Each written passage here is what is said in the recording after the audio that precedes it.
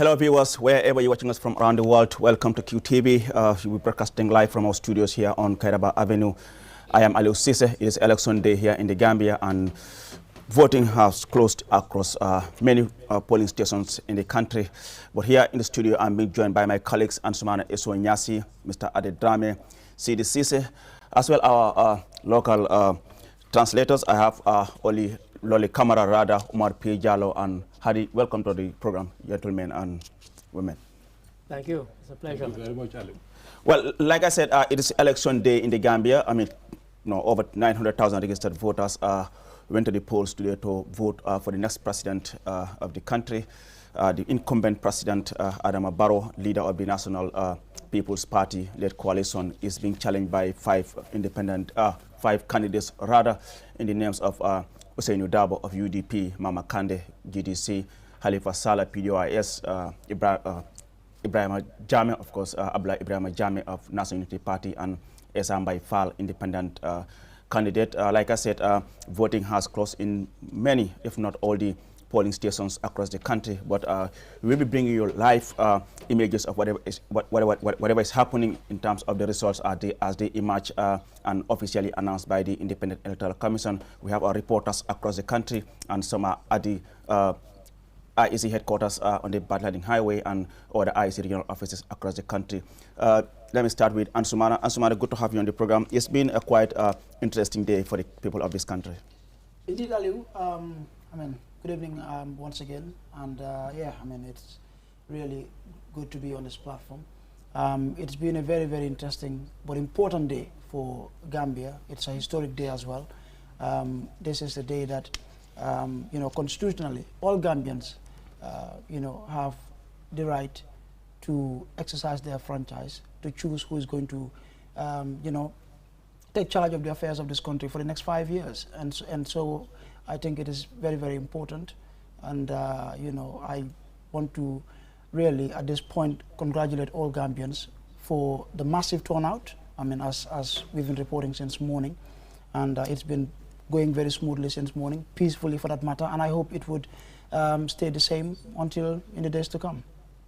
Mr. Ade? Yeah, it's a pleasure to be here. As one who studied African history and African politics, it's not quite the same as being there when people are voting.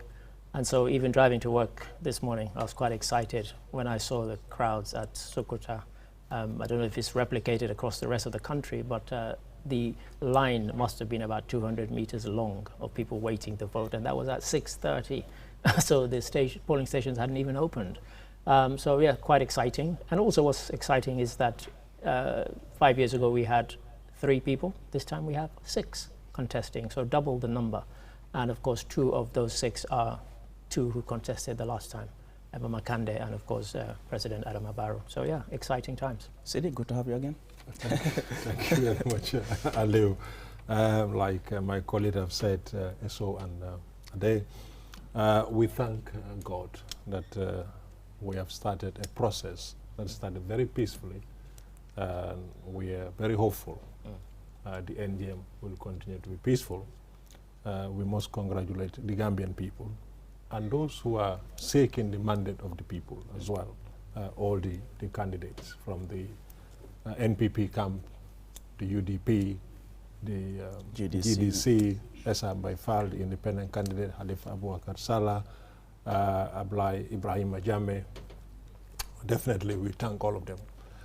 Gambia, we are fortunate. When I say we are fortunate, when you look around in the sub-region, like you said earlier, you've studied African history, we've seen election and election violence. Sure. Many a times in Africa, when elections are on, violence will erupt. Some casualties will happen and stuff like that. And thank God, I mean, Gambia, fingers crossed, that the whole process of the campaign was very peaceful. And again, we have heard from the candidates all very happy and actually saying to the Gambian people, let's nurture the peace that we have enjoyed all this time. Definitely, I think fingers up to the Gambian people.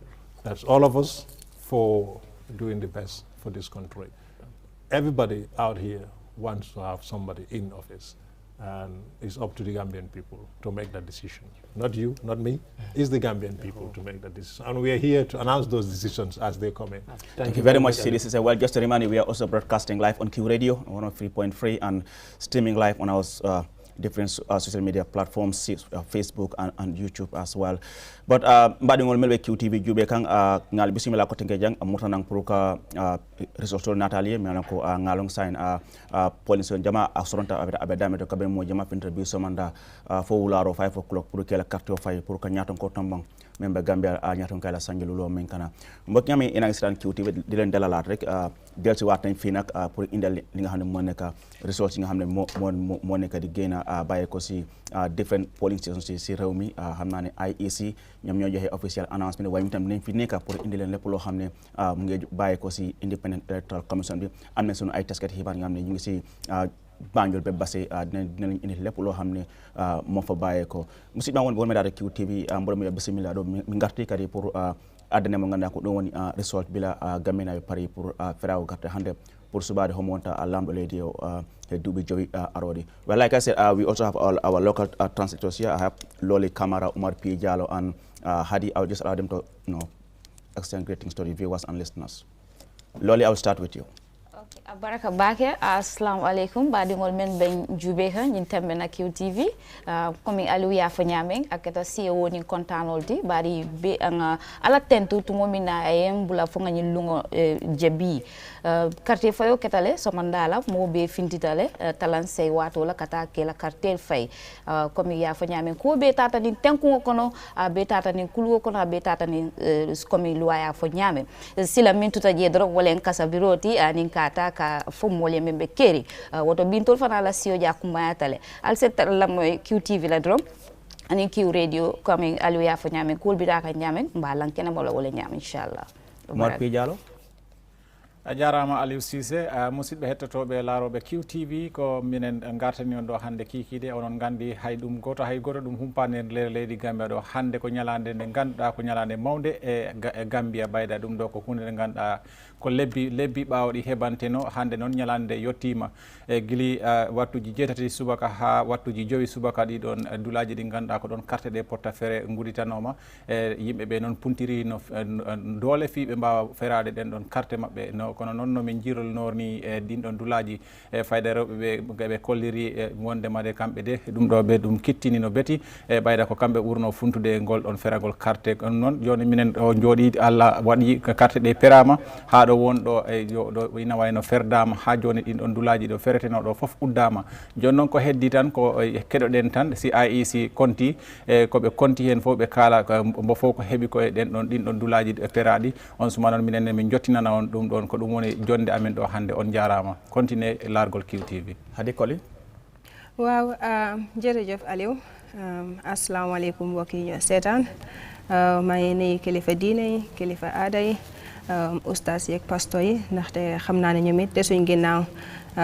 taayiwuñu si ñaana réew mi pour gis ne mbirub sànni carte bi jaar na si jàmm di nuyu kilifa yoo xam ne ñoo jiite réew mi tamit di leen delloo njukkal ci liggéey bu rafet bu ñu nekk di def jëmale ko ci wàllu sànni carte bi man nag dama am mbégte ak kontaante Aliou pour teewlu fii tey ndax naka doomi réew boo ko joxee liggéeyu réew kooku daf ci war a kontaan kon nag maa ngi wane suma mbégte ak suma kontaante pour teewlu fii bii doon suma yoon bu njëkk nag may bokk ci mbir yoo xam ne dafa aju ci wàllu sànni carte ginnaaw loolu tamit umpale wuñ ne ni ki tey doomi réew yi génnoon nañ dem sànni seeni carte banxaas bi seetu wàllu sànni carte bi ubbi woon nañ buntu yi bayee ko juróom-ñetti waxtu ci suba dem ba juróomi waxtu ci ngoon te si jamono ji leer na ma ne tëj nañ buntu yi maanaam kenn dootu sànneeti carte xanaa ñu nekkoon ci biir place boo xam ne foofu la sànneekaay carte bi doon am kon ñu taaxirlu ci konte yi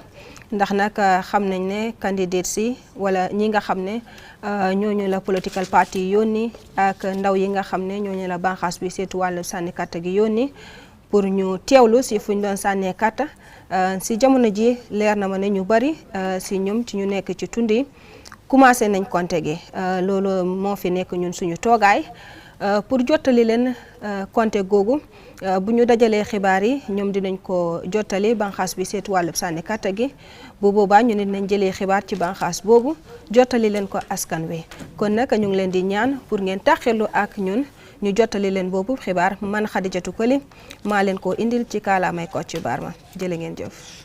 Jerejef Hadi Koli. Well, viewers, you're watching QTV and we are broadcasting live from our studio here on Kairaba Avenue. Like I said, it's a very important day in the country, here in the Gambia, as Gambians today went to the polls to elect the next president of the country.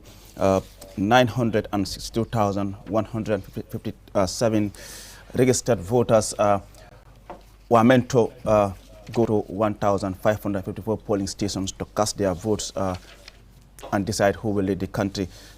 Mr. Ade, looking at the figure, I mean, the number of registered voters, Banjul, you have 21,372, Kanifing municipality, 179,800 registered votes, representing 19%. We've seen Banjul representing only 2% of the total number of registered voters. Kerewan, North Bank region, 109,262, representing 11%. Brikama, that's West Coast region, top the powerhouse in Gambian politics, has 359,451 registered voters, representing 37% of the votes. Mansa Konko, Lower River region, has 54,456 registered voters, 6%. Janjambure, Central River region, has 119,606 registered voters, 12%, and Basse, Upper River region, 118,210, representing 12% of registered voters. From what we have seen, it appears it is only Banjul and KM where we have seen a slight drop in the number of registered voters compared to the 2016 election. And that's correct. And also, and we've been discussing this and nobody seems to know why.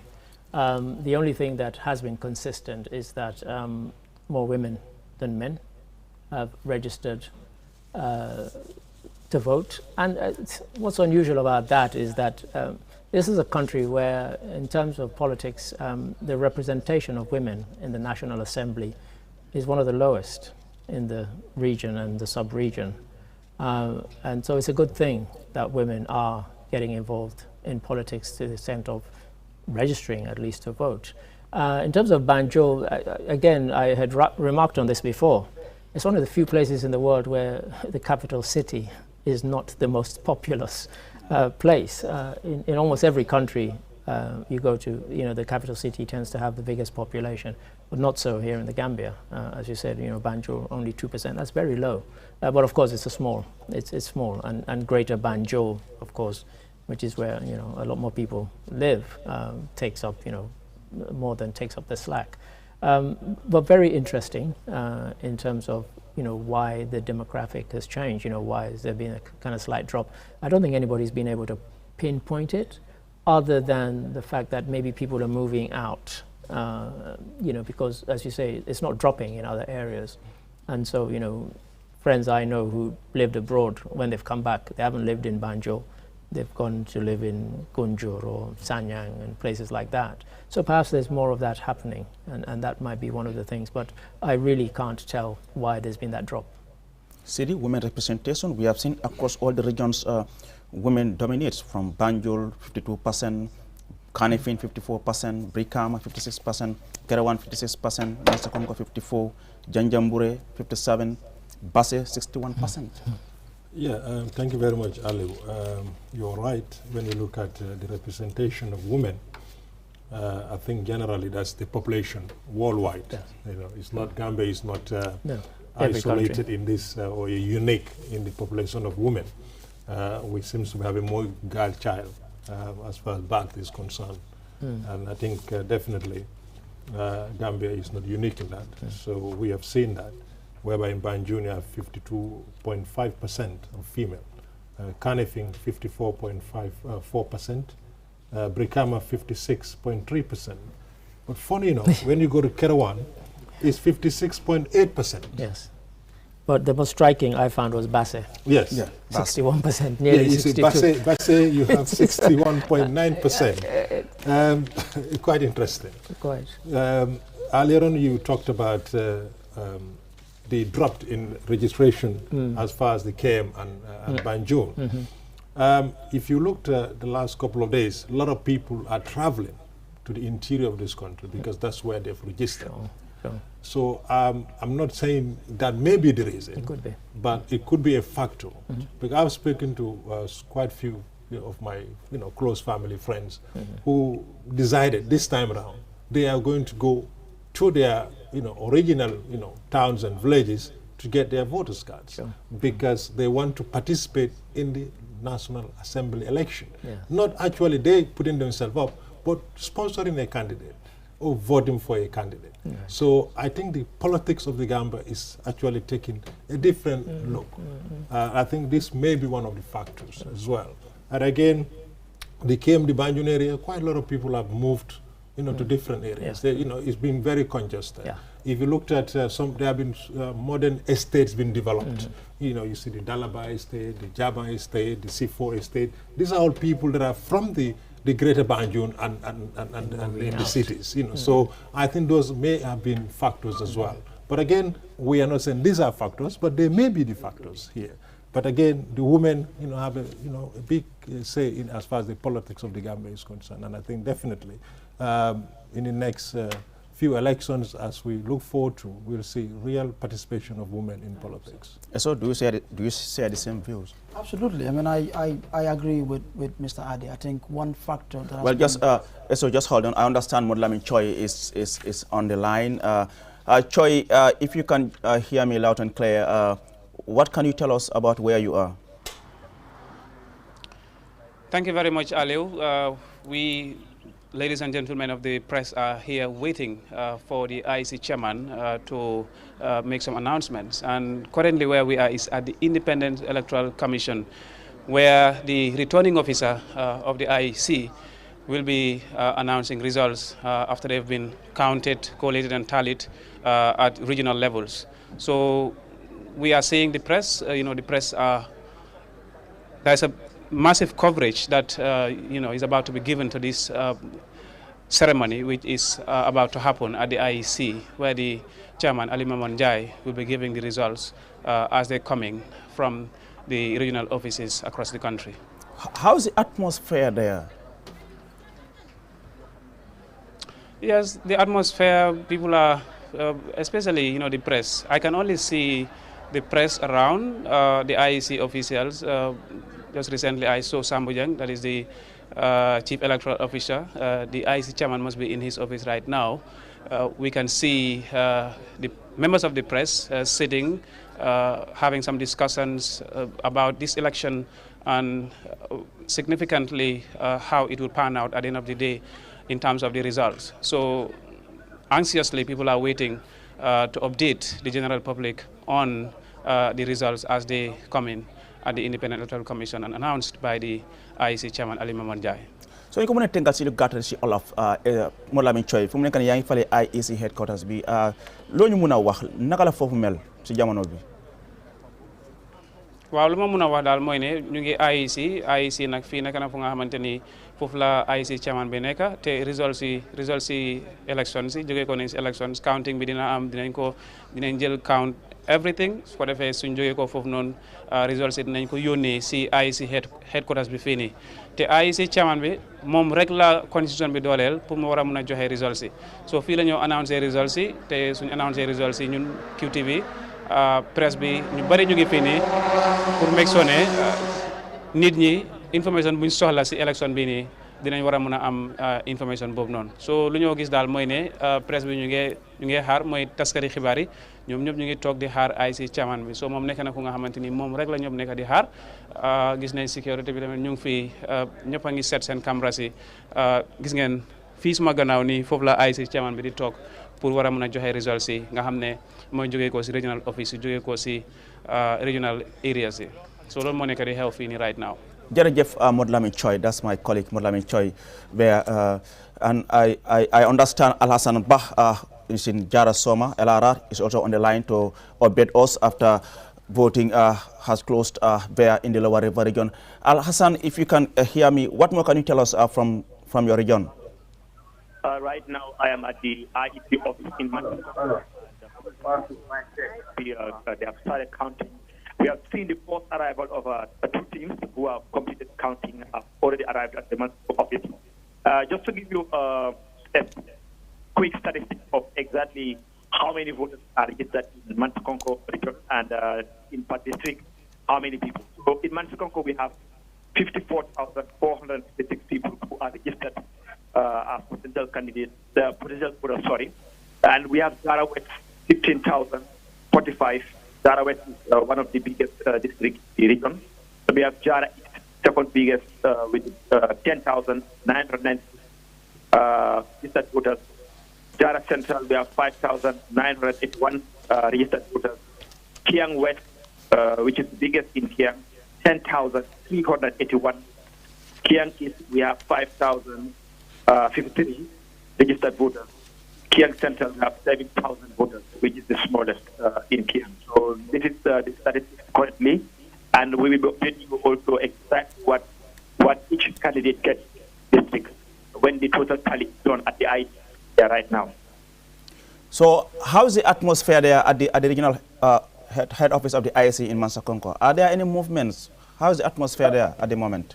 Yeah, there are movements. So we saw some party militants standing outside waiting for people to arrive. But the situation is so calm. I mean, throughout, I went to almost like 15 police stations, and I've not encountered any challenges. I've not been part of the posting of polling on the issue. To be honest, this is just another historic moment. If this continues to the end, Gambia will be one of the best democratic models in the world. And the ICA is so calm, people are cheering up, people are coming and signing out, going. So we'll be waiting also for that. Thank you very much, Alhassan Bah, our correspondent in Jara Soma, Lower River Region. We are giving us an update from the IEC headquarters in Mansakonko. Mr. Ade, you have heard from Choi earlier on at the IEC telling us how calm the situation is there, as all the press is now awaiting the official announcement of the results by the chairman of the Independent Electoral Commission. I've been in his situation. You're waiting for the chairman to come, and what tends to happen is the press start interviewing each other and asking each other's views. You know, or what did you think of it, or what did you see? You know, where you went. You know, did anything stand out? And so, you know, that's what tends to happen. But it's a waiting game, and we all have to wait. And I'm sorry, Esso, I think you were about to give us your view on the thing about women. You know, registering more than, but just very, very quickly. Yeah. As I said, Troy, I can feel your pain because I've been there where, you know, we're waiting for things to kick off and then it's just us, press, just people in the media talking to each other. I remember 2016, we were together, myself and Ali, one of the colleagues, we were also in a similar situation. But like I was saying earlier, I mean, I think one factor that has been very much constant, if you look at our Gambian elections, I mean, historically, is the fact that you have more women registering in each election, and I think this is quite significant. However, I mean, I think I would agree with Uncle Sidi to a larger extent that the fact that you have people who are resident around, you know, the Greater Banjul area moving to the provinces to, register and vote there, I think it's a contributing factor to why we've seen this drop in numbers of registered voters, within Banjul and the KMC as well. But again, however, I think one factor that is quite significant as well is the fact that you have more people turning up to vote in this election than in the previous ones, which I think is very significant. Thank you very much, Asman Esonyase. I'll just engage Loli, Umar, and Hadi colleague just to, you know, inform our viewers and listeners as to what they have heard from Alhassan Ba and Choi. I'll start with Loli for the sake of our Mandinka viewers and listeners. Loli.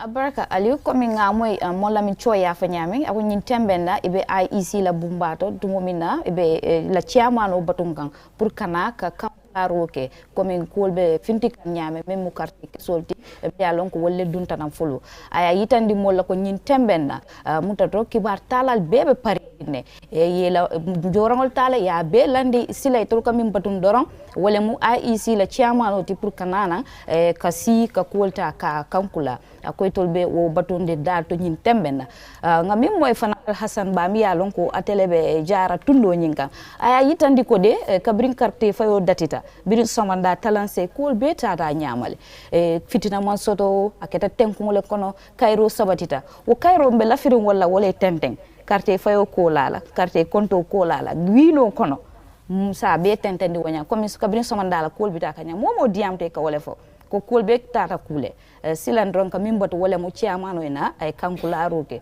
kol tata nyame nga wala moy Al Hassan Baye min fo soma tunduka abarka bake loli camera Umar P halna musidan fulberek ko nanda ko Al Hassan hali he modla min choy jarama Aliou Cissé enen musidɓe hettotoɓe laaroɓe QTV no nanirɗon ni tan ɗo wonɗo Mamadou Lamine Thioye no mbo wonani QTV toon to IEC head office maɓɓe to ɗum woni office maɓɓe mawɗo ɗo Batel Hadin Highway e ɗo no hollirini noon ɗo ɗo wonɗo ƴeftoɓeɓe kibaruji foof ɓe jooɗiɓe paaɗi ɗon ko heddi tan joni ko chairman Independent Electoral Commission Aliou Momar Ndiaye no yettori toon fi wawa jooɗade e on tuma no okkira ɗin ɗon kibaruji walla ɗen ɗon comptoje ɗe ganduɗa ko ɗum ɗon immoranta e ɗen ɗon dammuɗe ɗe ganduɗa e ko ɗum woni dulaji kontaɗi e feragol kartegol ɗo fewi wonɗo o holliri noon ɗo wonɗo ko kulle ɗe fof ɗe jara no foti ni e toon to Independent Electoral Commission te noon ɓen ɗon gardoɓe ɓe ne ɓuuraɓe andrede security office personnel jiɗi e ɓen ɗon ne kamɓe ne ɓe toon jooɗi ɓe garda dular nde no fotiri ni fof ɗi yara no hawri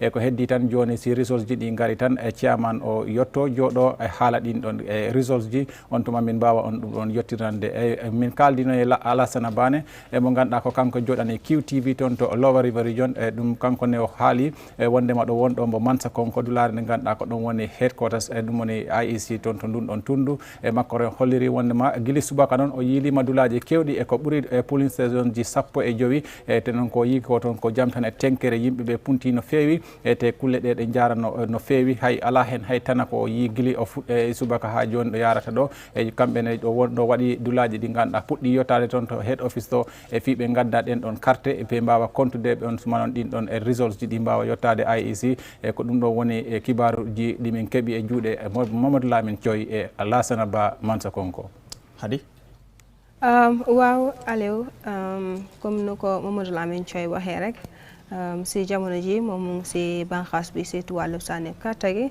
seeni bureau bu mag bi taskati xibaar yi teewlu nañ fa ñu ngi teg seeni jumtuwaay di xaar ki nga xam ne nag mooy chairman bi pour mu ñëw joxe xibaar bi ëmpale wuñ ne nag lu waawu réew mi ki nga xam ne mooy IEC chairman bi di wuyoo ci Aliou Momar Ndiaye moom lëg la ñu may doole pour mu tasaare xibaar bi boo xam ne nag moo war a bàyyeekoo ci wàllu konte gi kon si jamono ji ñoom ñu ngi teewlu foofu di xaar ki nga xam ne mooy Aliou Momar Ndiaye ëmpale wuñ ne nag bu ñu gestoo ci taarix réewub Gambie bi atub ren bi nag dina doon juróom-ñeenteeli yoon ñu ngi def nag sànni kartaab jiitub réew te si jamono ji nag ñu ngi si càppaandaw gi di xaar li nga xam ne nag mooy karta yi bu ñëwee ci wàllub Alassane Ba muy suñu ndaw bu ñu toogal sa diwaanub LRR muy boorub Mansa Konko gi dem ba si jaara sooma ba si diwaanub Kiyang yooyu moom it jox nañu xibaar di ñu xamal si jamono ji nu mu mel ci boor boobu mu ne nag sànni karta bi am na si jàmm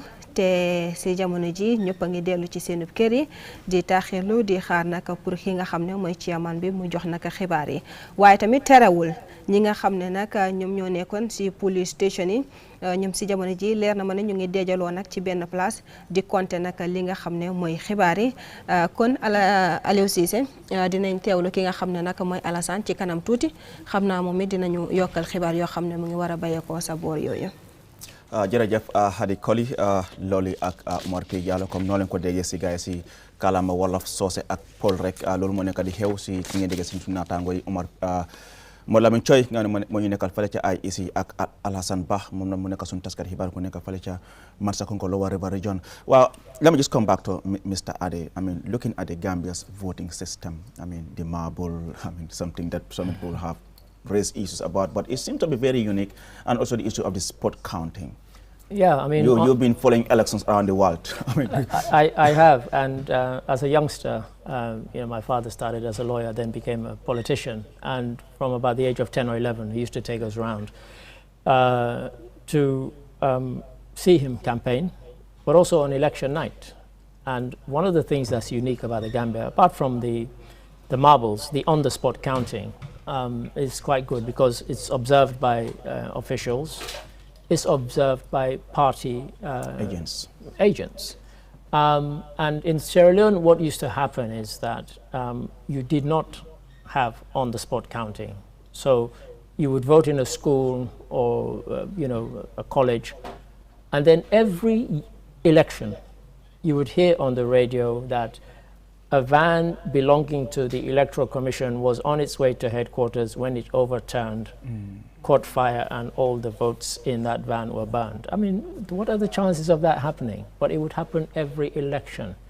And so that was one of the reasons why they stopped that system and they started having on-the-spot counting, and in the way that is here. It's a lot harder to cheat with agents scrutinizing the process, with everybody else scrutinizing the process. So if you hear people crying foul, usually they're bad losers, because really they have every opportunity to scrutinize and challenge the process as and when it happens. And so for me, yes, I've laughed, I've even written an article about the marbles, but I didn't make fun of it, because yes, it's old and it's kind of belongs to another century, but it's much harder to cheat, because even the whole process of putting it through, you hear the bell. As one of the officials said when I spoke to them before I wrote a recent article, he said, if one person goes in and they have a single marble, they push it through, it hits the bell, you hear the bell. Now, if you hear that same person ring the bell once and then a second time, then they voted more than once. And so it's a unique system, and I suspect it's one that might be kept. And since I've been here 2.5 years, I don't see a big push from parliamentarians to change it. I know the rest of the world looks at it and says, you're still using marbles, but it's a lot harder to cheat with this system than with other systems. Sidi? Yeah, the process of election in the Gambia, when we looked at it, like you said earlier, the marble system is quite unique. But when we looked at the spot counting, that's very new. The first time we had that was 2016. Right. Just to be clear. Right. Yes. This was through an amendment, what took place then in 2015, when in fact not only the spot counting was part of the amendment, but to raise the fee for the deposit for parliamentary candidates, councillors, and the president, where it was 10,000.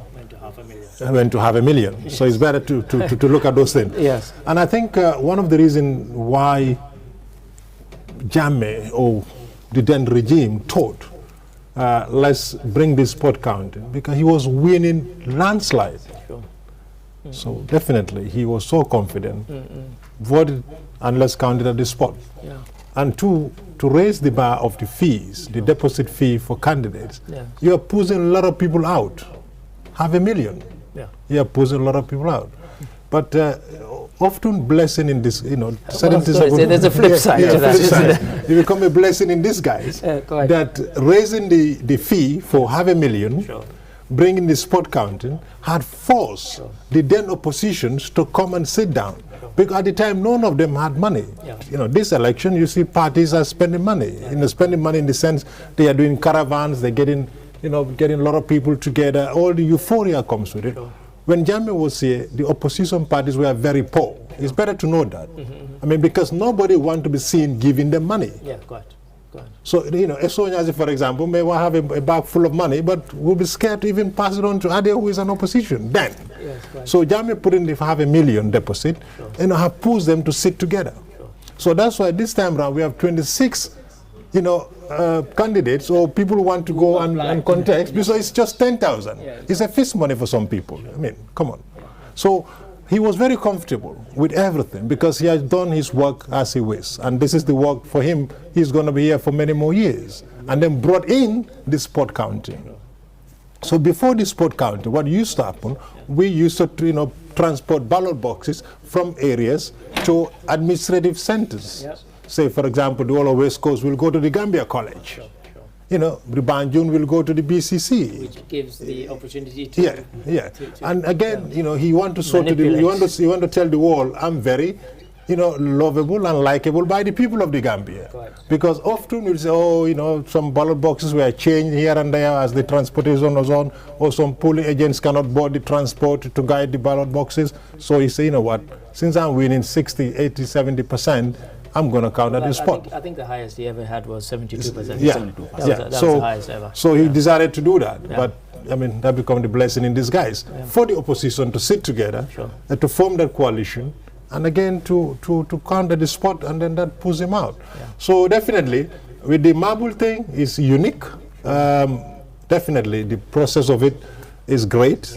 But I don't foresee it happening after this general election. And can I just add one more thing about the Sierra Leone example as well? Not only do they now have on the spot, but as soon as it's counted, they post it outside. And so, of course, these days with people with smartphones, everybody takes a picture of it. And so if it gets changed, there's big wahala, you know, you know, because the people have already snapped it and they've captured it. And so it's like, hang on, why? And of course, sometimes there had been an error in what was posted, and it was, you know, genuine human error.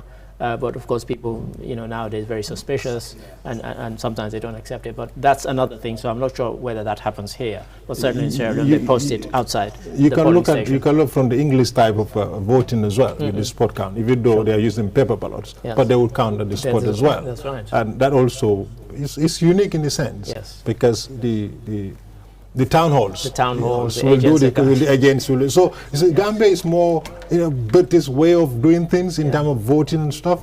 But again, the marble is not there. And like I said, Ali, don't quote me on this. I don't think it's gonna go any further. I think we should say bye bye to the marbles. Well, bam ni la fisu gatte ci olof bi rek pour nga ñambass rek ci di lim ne ko fi sport county bi ak marbles bi. Yow xamna at some point there were plans pour jëm ko change pour ñu move toward ballot papers. Yow ci gis-gis fo nga ne is important pour ñu maintain marble bi. Aliou foog naa soo bàyyi xel Gambia ñun nu ñoo wote ni ñoo sànnee carte dafa. Well, just hold on. I understand our correspondent Ibrahima Jallo is on the line from Janjanbureh, Central River Region. Ibrahima, if you can hear me, where are you exactly in Janjanbureh, and what can you tell us?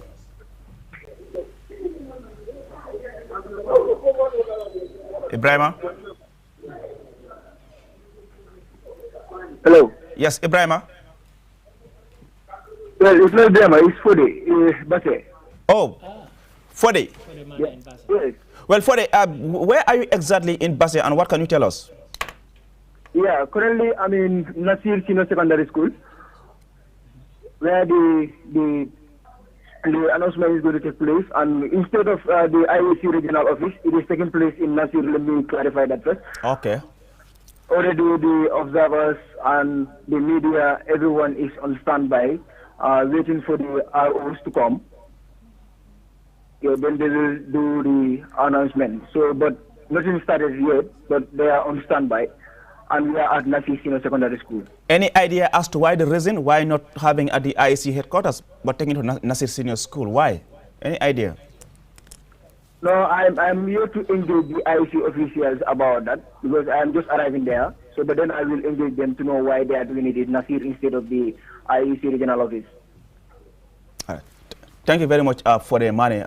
That's our colleague for the money, our correspondent in Basse, just updating that the announcement as far as Basse is concerned is going to be at the Nasir Senior School and not at the IEC headquarters in Basse Mansajang. Yeah, yes, so just that's an important update. But just very quickly before I switch to the local language, I was going to add to what Siri was saying regarding the, some of the reasons why the on-the-spot counting was introduced, because towards 2016, there were a lot of questions being raised regarding the credibility of the previous elections that Jammeh won, and to prove a point that he was really winning these elections, he introduced the on-the-spot counting. So that was one of the reasons why. Li ma la wax rek ci gàttal ci lii di wolof mooy ne soo bàyyi xel Gambie ñun nuyoo sànnee carte bëriwut ci ñu ko def ci àdduna bu dee sax am na ci léegi ci jamono bi ñu nekk nii waaye da ngaa gis ne ñun système bu ñu am mooy maabul bi ñoo sànnee carte dafa unique boo xam ne day jafe lool pour nit sàcc si wala def si naka su dul noonu ndax boo xoolee tamit boo wotee fi nga wotee fa lañ ko compter si saa si xam nga loolu dina jafe trop te parti bu nekk wala képp koo xam ne taxaw na pour sàkku réew mi yow am nga ku la fa toggal mooy parti agent wala agent bi nga xam ne moo faa nekkal candidate bi kon da ngaa gis ne ñun suñ système of voting dafa nekk loo xam ne mooy comme li Mr Adé doon wax ci kàllaama nasaraan bu ñu wotee ba pare ñu compter ñi nga xamante ne ñoo fa toggal candidate bu nekk ñoom dañ ko dee digal maanaam seede ne lii lañ fi compter te lii moo fa nekk dañ ko def si kayit mu leer ñëpp gis ko ñu taf ko fa yónnee ko IEC chairman bi doo ko fësal announce ko ñëpp dégg ko déggandoor ko kon foog naa ñun nañ am système boo xam ne dañ ci war a gën a jàppa te xam ne système bu ñu am bu leer la te système bu jaar yoon la. jërëjëf système bu leer la système boo xam ne dañ si war a jàpp waaye baax na pour ñu gëstu bu baax a baax man suma gis-gis xam naa ne su fekkee amoon nañ lu paase fukki candidate élection du am bési tey day jafe ngir lan pour pareyaase loolu noonu mooy kees yooyu dafa métti fu nga ko war a yóbbu dafa métti so dafa soxla lu bare te yaakaar na IEC suñ toogee ak askan bi dinañ gën a leeral loolu ñaareel bi tam gis na ne jamono ñëwoon na fi ba ñu xalaatoon ne pour jéem a def ay changement waaye am na ay changement yoo xam ne am na parce que bu président Barrow di jógee fi déposit bi $500,000 la waaye su laajee suñ boppa tey lan moo war ñu war a dem di fay fukki junne xam nga baax na pour ñu gëstu loolu ne changement amoon na si ay sànni carte luwaay Ade, I guess you yes, so he's not talking about the reforms. So the changement boobu mooy boo xam ne wécceeku neen déposit bi pour néegi député ba déposit pour councilor yi déposit pour président ak ati président bi bu président Barrow di jóge fii ati président bi soo àggee 65 years doo mun a taxaw waaye gis na ne président at ak juróom gis na ne bu président Jammeh jóge fi balaa ñu dem si sànni carte député bu nekk député bi toog tey changement boobu am na ña ko changé woon mooy coalition bi ñañ député ñoo ko changé woon mooy député nekk député boo xam ne APRC moo fa amoon doole ñoo changé woon loolu kon baax na pour réeroo bu mu am ñu gestu boo xam ne changement am na waaye changement yooyu naa dooleel askan bi la naaw niw dooleel askan bi baax na pour ñu gëstu laal nga fi am solo Aliou ma bëggoon dañu bàyyi xel lii ndax man li ma jàngat ci li nga wax léegi nii mooy ne dafa mel ni going forward dañu war a sóoraale ne du ñàkk ne dinañ tollu diggante boo xam ne foog wécceeku am ndax soo bàyyi xel ci gannaaw si changement yooyu nga xam ne bëggoon nañ ko doon indi mooy changes yu mu bëggoon a def mooy ne doomi réew yi nga xam ne ñoo ne ci bitim réew bëggoon nañ leen ci doon boole sax ndax ñoom it ñu sànni carte gis nañ ne balaa ñu doon dem sax balaa ñu doon agsi tey jii ci jamono nomination bi lu toll si 20 ak juróom-benn doomi réew Gambia taxaw nañ ne dañoo sàkku réew mi 26 lañ amoon initially mu mel ni su ma la déggee bu doon ne amoon nañ fukka rek ci ñooñu sax dina doon indi yéen ak jafe-jafe pour pour ñu pare loo suñu bopp rek kon dafa mel ni foog ñu gestu loola nu jamono di doxee foog ñu gestu ko. waaw loolu dégg la eso parce que soo toppee IEC di nga xam ne let's stick to the main purpose of this thing. It's about the election. Let's focus on it. I know the reforms has happened. There was changes in terms of how much is the deposit and all that. But it's election night. We're getting carried away. I know those are that happened, and then we have seen Mr. Ade sharing the experience in Sierra Leone, the marbles and all that. The sport counting. I mean, exactly. So I think let's just stick to the election. That's why we're here. Let me just bring in Omar P. Jallo. Omar, you have heard from Fode Mane, our correspondent in Basse, telling us some of the minor changes from the IEC head office to Nasir Senior School.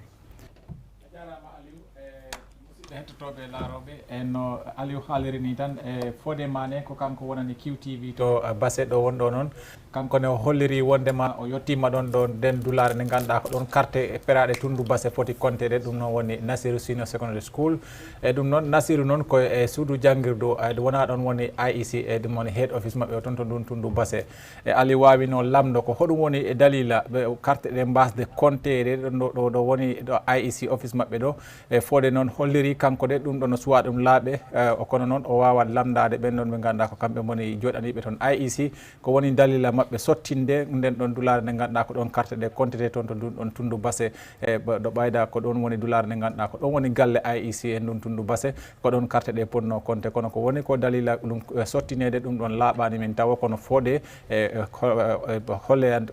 haalanan min dalila o so yewtidi e ɓen ɗon ɓe ganduɗa ko kamɓe moni joɗaniɓe toon IEC Loli Abaraka bake Omar P Diallo fode mane nga moyla e min fo nyin tembe na kibar salal fanal be Basse e munta drong e Nasir Karamo nyinto jeedu akoy man dalika kontiro kiji e dalta kake IEC la bungolto bari mim sunta falindiro nyina kola wo man koyama folo bara la futoji a mamme bari abala kato kelale kaje ko de anin do kulal miliya lonko wala marta carte fay ko wala memo IEC ti ani sediam ka ko ke sosoto dalilo mi yatina e falindiro ke carte konto la dinkira nyinna nyin tembe na akoy bek Nasir Karamo nyinto bari ate mela fonyan je parewe kelale pour kaje ko di carte kesol la karola sina ka ta ka lankenema ab futala nyame ab sata la wala nya ali Hadi si xibaar yu baye ko si suñu naataango bu toog sa Basse mi wuyoo ci Fodé xamal nañu ne si jamono ji nag ñu ngi jot a yóbbu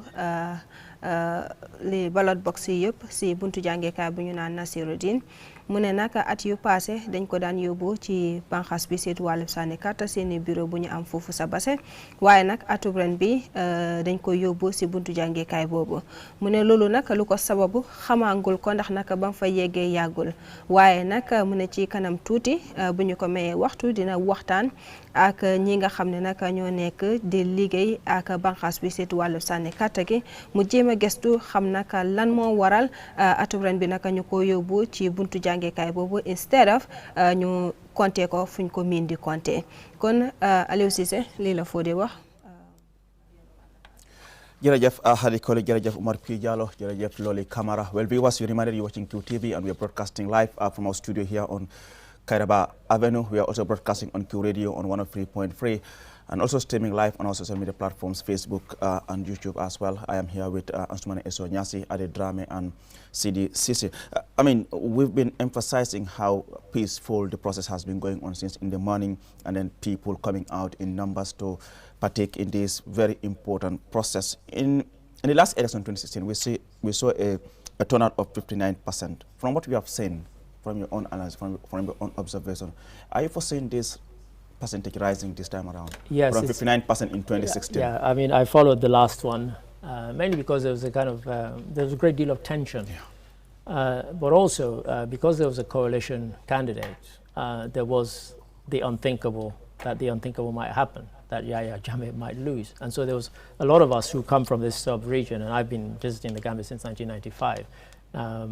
We were very interested in it, and so on a kind of unscientific view, speaking to waiting to see what's new. And I've said this phrase 100 times that I still find Gambia a country that's getting used to being what I would call a proper democracy.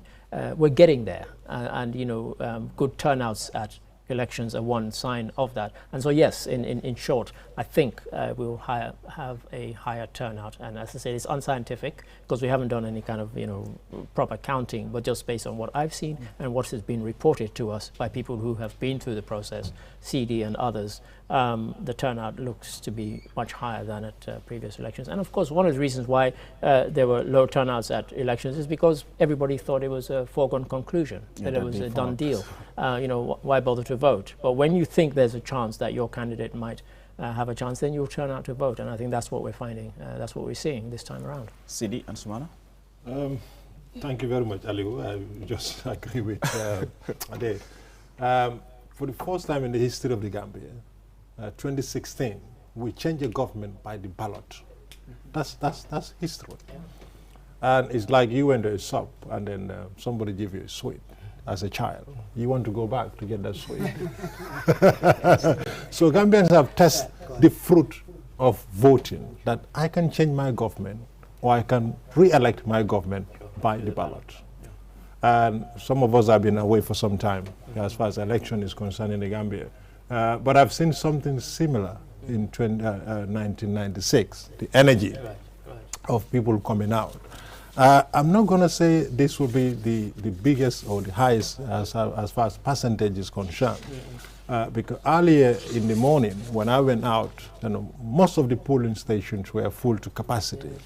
By 3, it have dropped drastically. You can see many places that I've seen about 60 to 70% have already voted by 2 o'clock. You talk about 96, we had 88.35%. Yeah. That's what I'm saying. And I'm not seeing that happening now. I describe that as the kind of honeymoon period for Jammeh.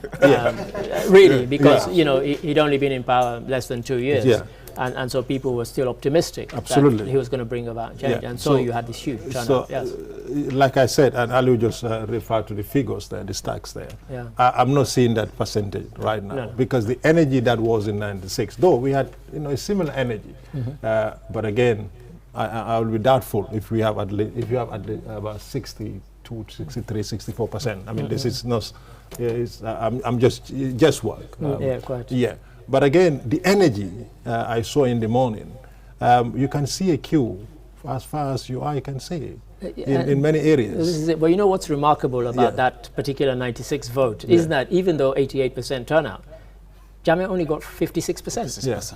So, we talk about, but he only got 56% of the vote. I mean, if you go back to that too, after the election, Jammeh smelled something. That if I continue like this, I'll end up losing by a second round of voting. So by 2001, he amended the constitution to no second round of voting, to simple majority. So you see, Aliu, in as much as we talk about election, we must reflect a little bit. I'm afraid. It's important. Yeah, it's important. So Jammeh has always helped himself how to stay in power, how to consolidate himself in power. But again, when people have enough, they say it's enough. And later on QTV, we're hoping to show a sort of 20, 25-minute documentary about the journey from the first elections to the last one. So the energy in 1996 was actually phenomenal. Unbelievable. And again, we've seen a similar one, but I am with the view that we'll have a less percentage this time round. Well, so just... I think regarding the turnout, I mean, judging from what I have seen since morning, and I had the opportunity to engage a few IEC officials in Banjul and even here within the KMC. And in Banjul, I mean, I was at Makati Square in the morning, and even by the time I left around 1 p.m., the place was still full. Even at Gambia High as well, where you had another polling station, it was also still full rather. In KMC here, I had the opportunity to speak to the assistant presiding officer at Serekunda West, and what he told me was that, I mean, the turnout they've seen at Serekunda West, I mean, it's massive. They haven't had, such turnout in the 2 previous elections, and so, you're quite right. Towards, later in the afternoon, things, I think we've seen a drop in the number, but that is because you have more people coming out to vote in the morning than in the afternoon. But regarding the turnout, I think, what we've seen this year, really, and what we're getting from reports from our colleagues from other parts of the country, I think this is massive. Really. So I'll get back to you. See, let me just engage you in Mandinka. Mola Finto, in 2016, Molme Finto was like 56%. Ita la gero to ye mol finta nyamin bi ita mira wobela fala nyinamba abaraka bake alu yala kumayata nga tariko jibe ko Gambia la karefa wala tariko be nyamin akeda kudumel nga kumayata wato dol soto da nyimbanku kan ninga jibero ke sanji muwan komanto minketa 1996 o temboto City Hall, and I understand my colleague Ajebintu Dram is also on the line from Banjul. Ajebintu, can you hear me? I hear you very clear, Ali. Ajebintu? I can hear you very clearly. Wonderful. Where are you at the moment, and what can you tell us? Okay, right now I'm at the Coalition Center in Banjul, in the Gambia High School to give the probational results as results unfold. But right now they are tabulating it to get the results within the 3 constituencies, which are Banjul South, Banjul North, and Banjul Central. Right now, everywhere is calm as agents are busy counting, tabulating the results. So you mean right now they are compiling the results of all these 3 constituencies? Yes. Right now they are doing so. So we are just waiting for them to give us all the results for the political parties. So basically they are doing at Gambia High and not at the IEC regional office in Banjul? No. Right, because taking the results from all polling stations, they will go to the regional office and then come back to the Coalition Center where they will give out the results to the agents present there. From there, they will take the results to the headquarters at the IEC office. Well, nga ñu bàyyi rek nga tegal ko si lu gàtt rek fan nga nekk nii fu mu toll nii ak lan moo fa nekk di xew yaa ngi Banjul right now. Wow, right now maa ngi Banjul ci Coalition Center bi ci Gambia High School maa ngi xaar pour ñu joxe results yi.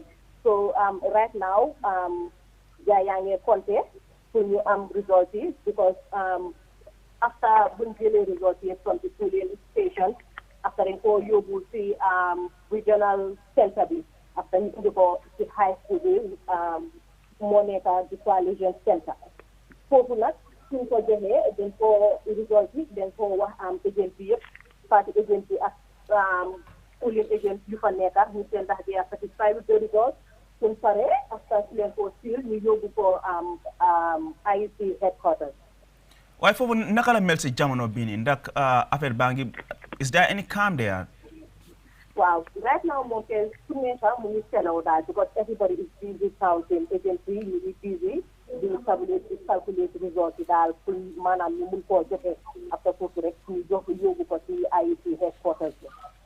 jërëjëf Adja Bintu Dramé sunu naataango moo ñu nekkal fale ca Banjul fi nga xam ne moo nekk capital city bi dañuy jox update nga xam ne moo fa nekk di xew si jamono bi ñu toll nii xam naa si du yàggat dinaa indi suma naataango yi Loli Camara Mor P Diallo ak Hadi Koli pour ñu jëm ñu gënal indil leeral but I understand Alaji AF Diallo is also on the line from Basse. Alaji. Yes, Aliu. Wonderful. Where are you exactly in URR and what is happening there? Yeah, at the moment, Aliu, we are right at Nasir Ahmad Senior Secondary School, where we are expecting the IEC officers to converge all the results at the Coalition Center. This is where all the district results will converge, and they do this coalition counting, and eventually give a final result with regards to the district counting. But as we speak, the results are just coming we have received results from Basse district, but not all the results came in the Basse district, but very few polling stations have given their results by now. So we are sitting at Nasir, waiting for the officers to come in with the information. As we receive the results, we will be updating you the results from the Coalition Center. Because from the Coalition Center, we will move right at the IEC ground. But this is where everything is happening. This is where all the officers will converge. They will collate all the results and for us to give the report. So basically, that's why you have the Coalition Center. That's at Nasir. Yes. Wonderful. Just briefly in Mandinka and Fula, for the sake of our Fula viewers and listeners, tell them what is happening where you are right now.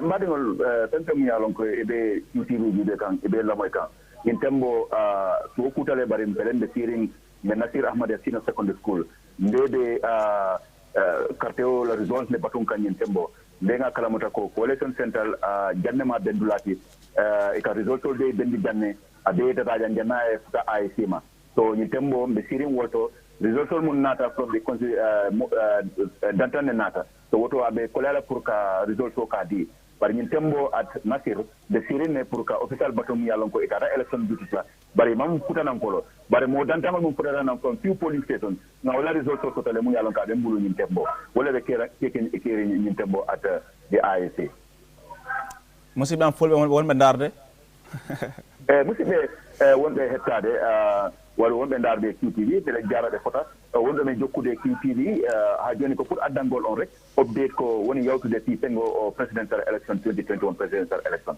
sa daari guila bindi hannde election time on ko wattude joyi foti tokkude kono men heeɓi kibarji election on goɗɗi dulaji goo no yaaha ɓayi ari yimɓeɓe no ɗuuɗi time o yoni kono ɓe wata ko ma ɓe continue wottugol kono fewno ɗo ni dulamo men woni on ko ɗo woni ade coalition center e coalition center on ɗo ko ɗo fayda réseau ɗin fof motindiriɗi from all the districts from all the constituencies te si fof fewnama ha paari on to ɓe jonna men the result from the constituency simen wawa jonnede the report to the main office there so kono fewno ɗon yimɓe ɗen jooɗi ɓeɗen habbaɗe ɓe pour ɓe wawa yettade so ɓe yettima kala result no men heeɓi min wawa en jonnede kono ni ko certain polling station ji annanta ko basse constituency ko ɗin ɗo min heeɓi to e juuɗe amen ko ɗin woni e ɗo kono si wona ɗum kay result ɗin natani taw officers ɗin noko police station ji ha joni o wattu ɗo ni Jarama Boy, Alaji A.F. Jallow, our correspondent there in Basse, just giving us an update. But like I said,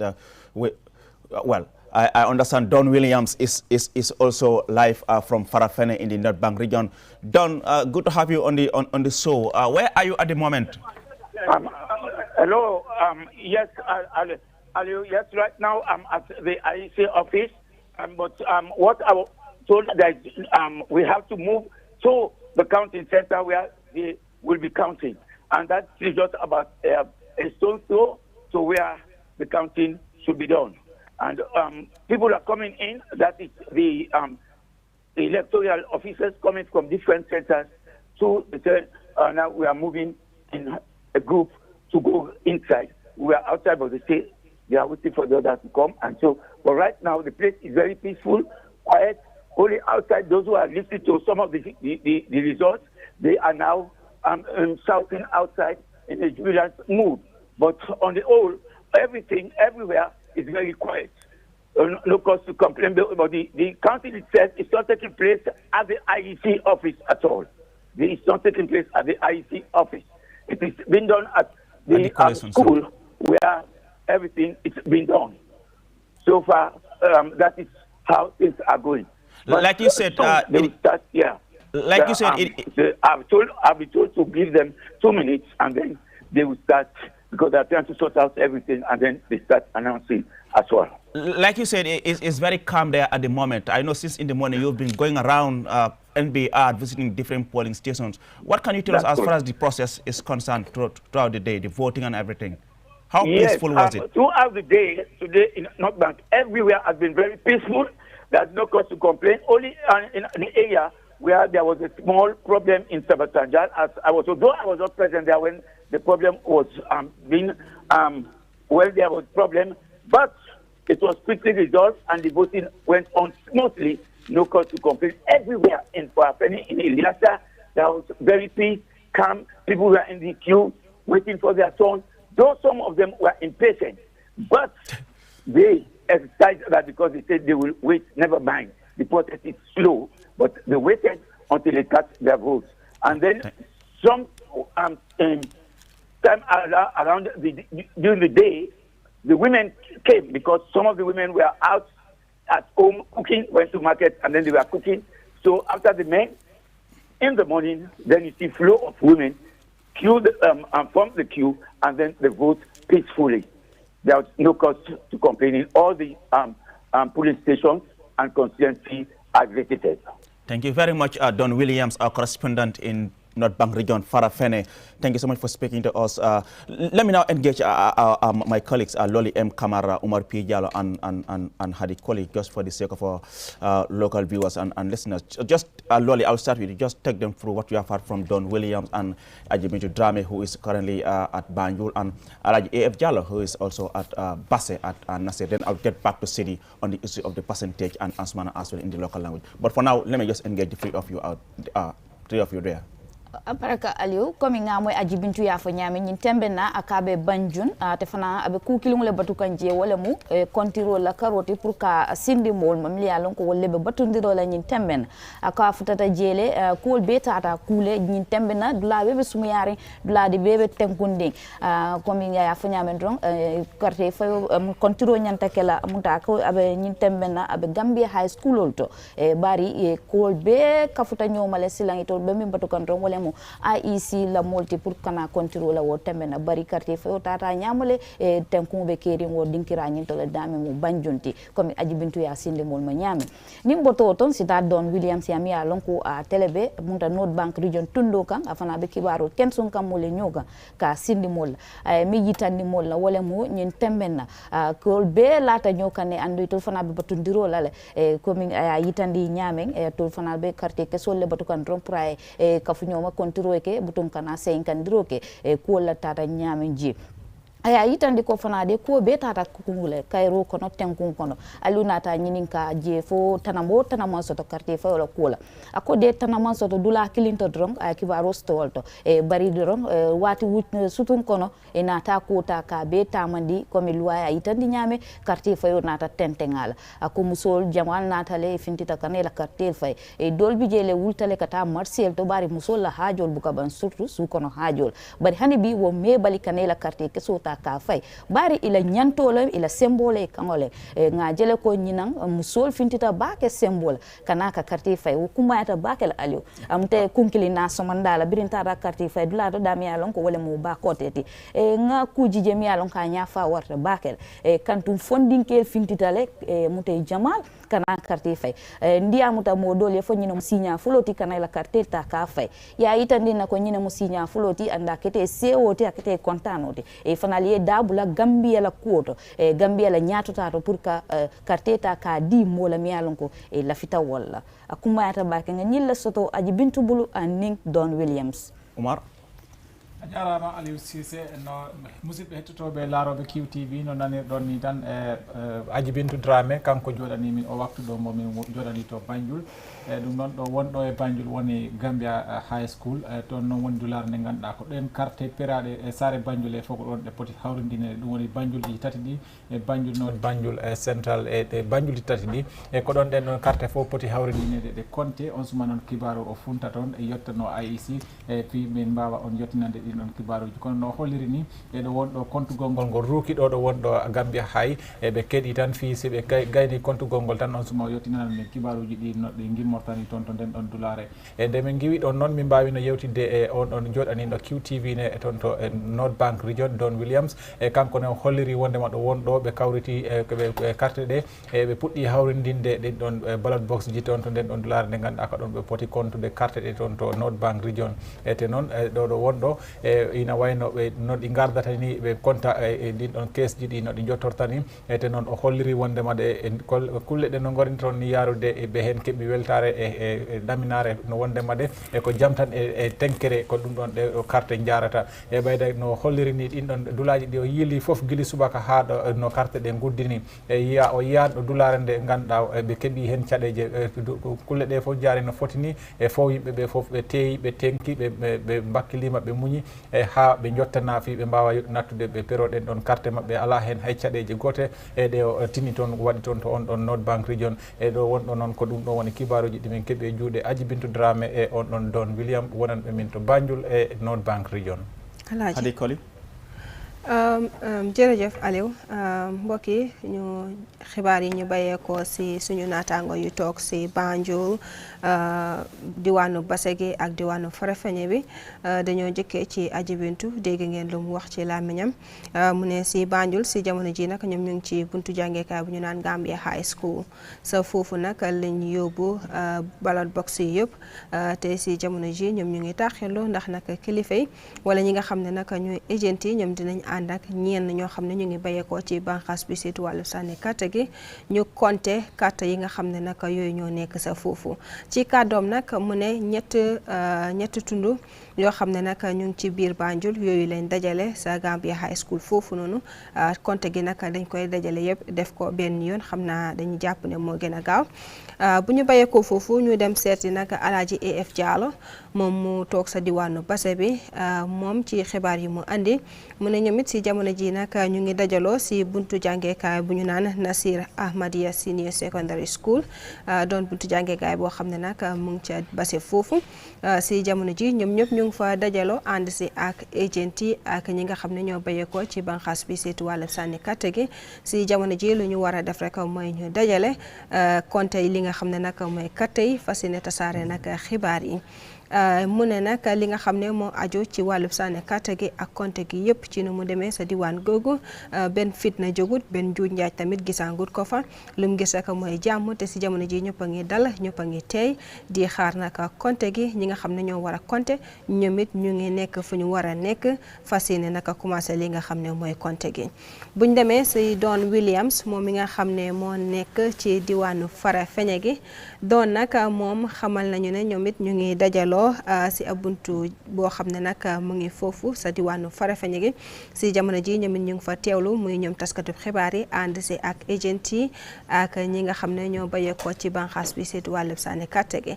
benn mbir mi la ka fa nekk mooy ñëpp a ngi xaar li nga xam ne nag mooy konte gi ba ko Aliou laaje lu aju nag ci wàllu sànni kàtta gi ak si jamono ji ñu doxalinum mbirub konte gi mu ne nag lépp ànd na si jàmm daanaka benn téq-téq bu ndaw rek moo fa jógoon waaye nag kilifa yu fa nekk ñu àndandoo ak ñi nga xam ne ñoo nekk ci wàllub kaarange bi ñu fexe nag ñu gis ne saafaral nañ ko ci num gën a gaawee ñu continuer li nga xam ne nag mooy sànni kàtta bi kon mbokki yooyu loo doonoon xibaar yi ñu jot a am ci suñu naataango yu nekk nag ci kaw gi ak ci tund yu nekk si biir réew mi kon dinañ taaxilu tamit ñu continuer ak ñoom ba tey rek ci mbirub konte gi.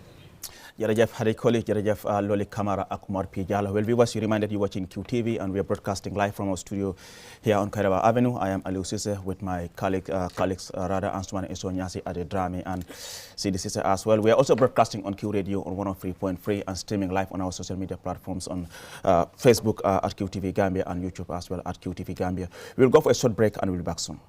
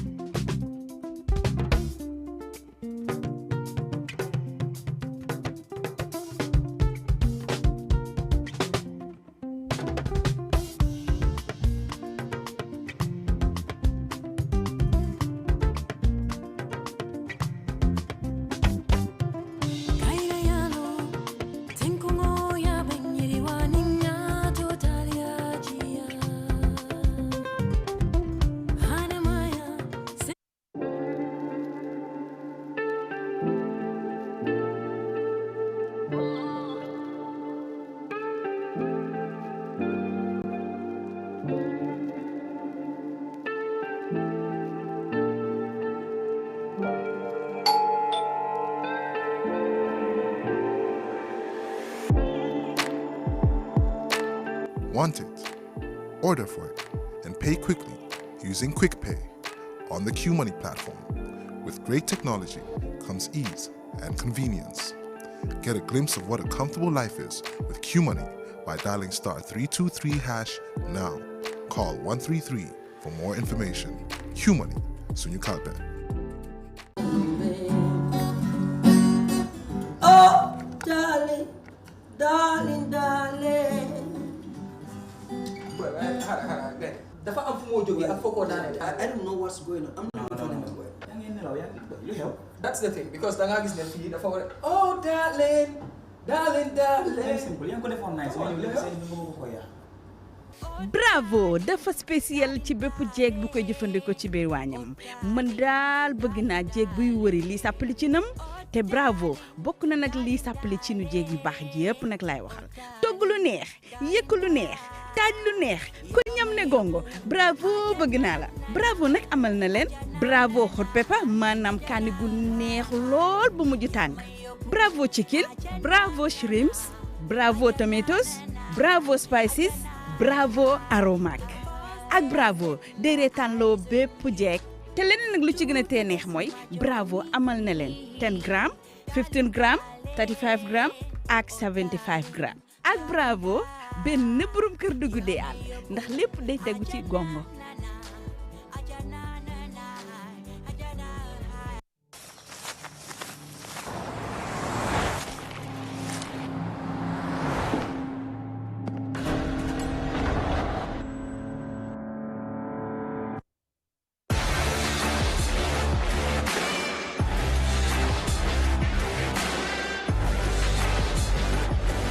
Begin your SUV life.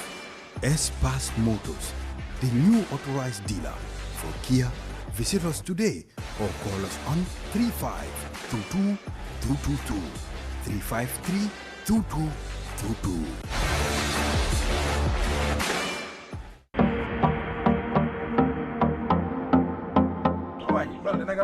maa ngi fine si loo nekk maa ngi nii rek yow yaa ngi toog ni mel ni ku amut liggéey xanaa jeexaluloo sa course bi man jeexal naa suma course bi waaye maa ngi bëgg a commencer suma liggéey bi mu ngi mel ni bagage yi yëpp a seer maa ngi toog xanaa demuloo inko lan moo inko da nga bëgg a xam lan mooy inko waaw jógal ñu fii mooy inko soo ñëwee suñ place looy njëkk a bàyyi xel mooy inko maanaam INGCO waaw kay am na nag ci dëkk bi fii place yu bari ñu ngi jël suñu kolo bi di ko mbuboo waa pire ji fii la bu ko jaawaale soo ñëwee rek seetal brand bi lii mooy di impôt su nekkee kapinta nga maçon fiita mécanique bi sax kaa ñu dugg si biir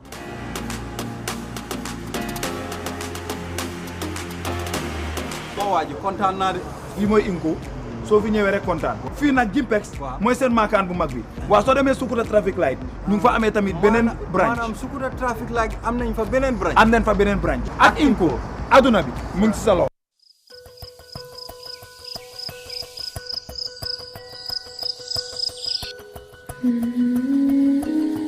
Light.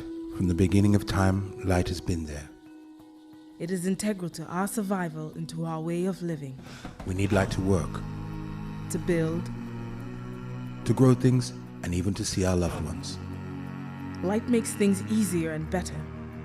So QCell has changed the way you buy Q-Power to make it easier and more accessible. You can now access the same service quickly and get your cash power tokens instantly with the new QCell Q-Power code. To light up your world, simply dial *363#. With a touch of your fingers, with ease and convenience from the comfort of your home or office, you can bring light into your world instantly with *363#. Q-Power, lighting your world. QCell Sunyabus. We innovate, others follow. Isn't it great to travel again? To return to the sky, to the hotel, the sun, the mountains, the jungle, to be back in business, real business, with real people in real meetings. For all the meetings? What if we only keep the nicer side of traveling, like traveling like a star and eating like in a star-rewarded restaurant, enjoying the heavenly view from our boutique hotel and its heavenly comfort. Time to enjoy yourself and to enjoy top service.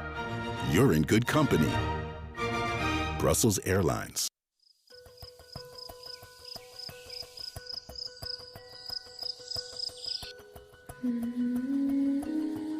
Nga noro tarale birin dunia be datila ada ben na baluwo konole nsulata noro pour kanna do kuwol ke kanna bungol lo kanna fengol fi hanim fanan kanna kanunyol je noro ka kuwol sone yandi woto QCell ya Q power sanya kutole nati isela kas power sotono katabake anin ñing kiwsel la ñing koot kuto ila duniya malandi anin ñing star 363 has kata bake hanna tara ibela suwo kono ila ofiso anin dulalo star 363 has kumandi sign kiw power ki la duniya malandi kiwsel suñu bos ntolle nga silo walang dole mol noma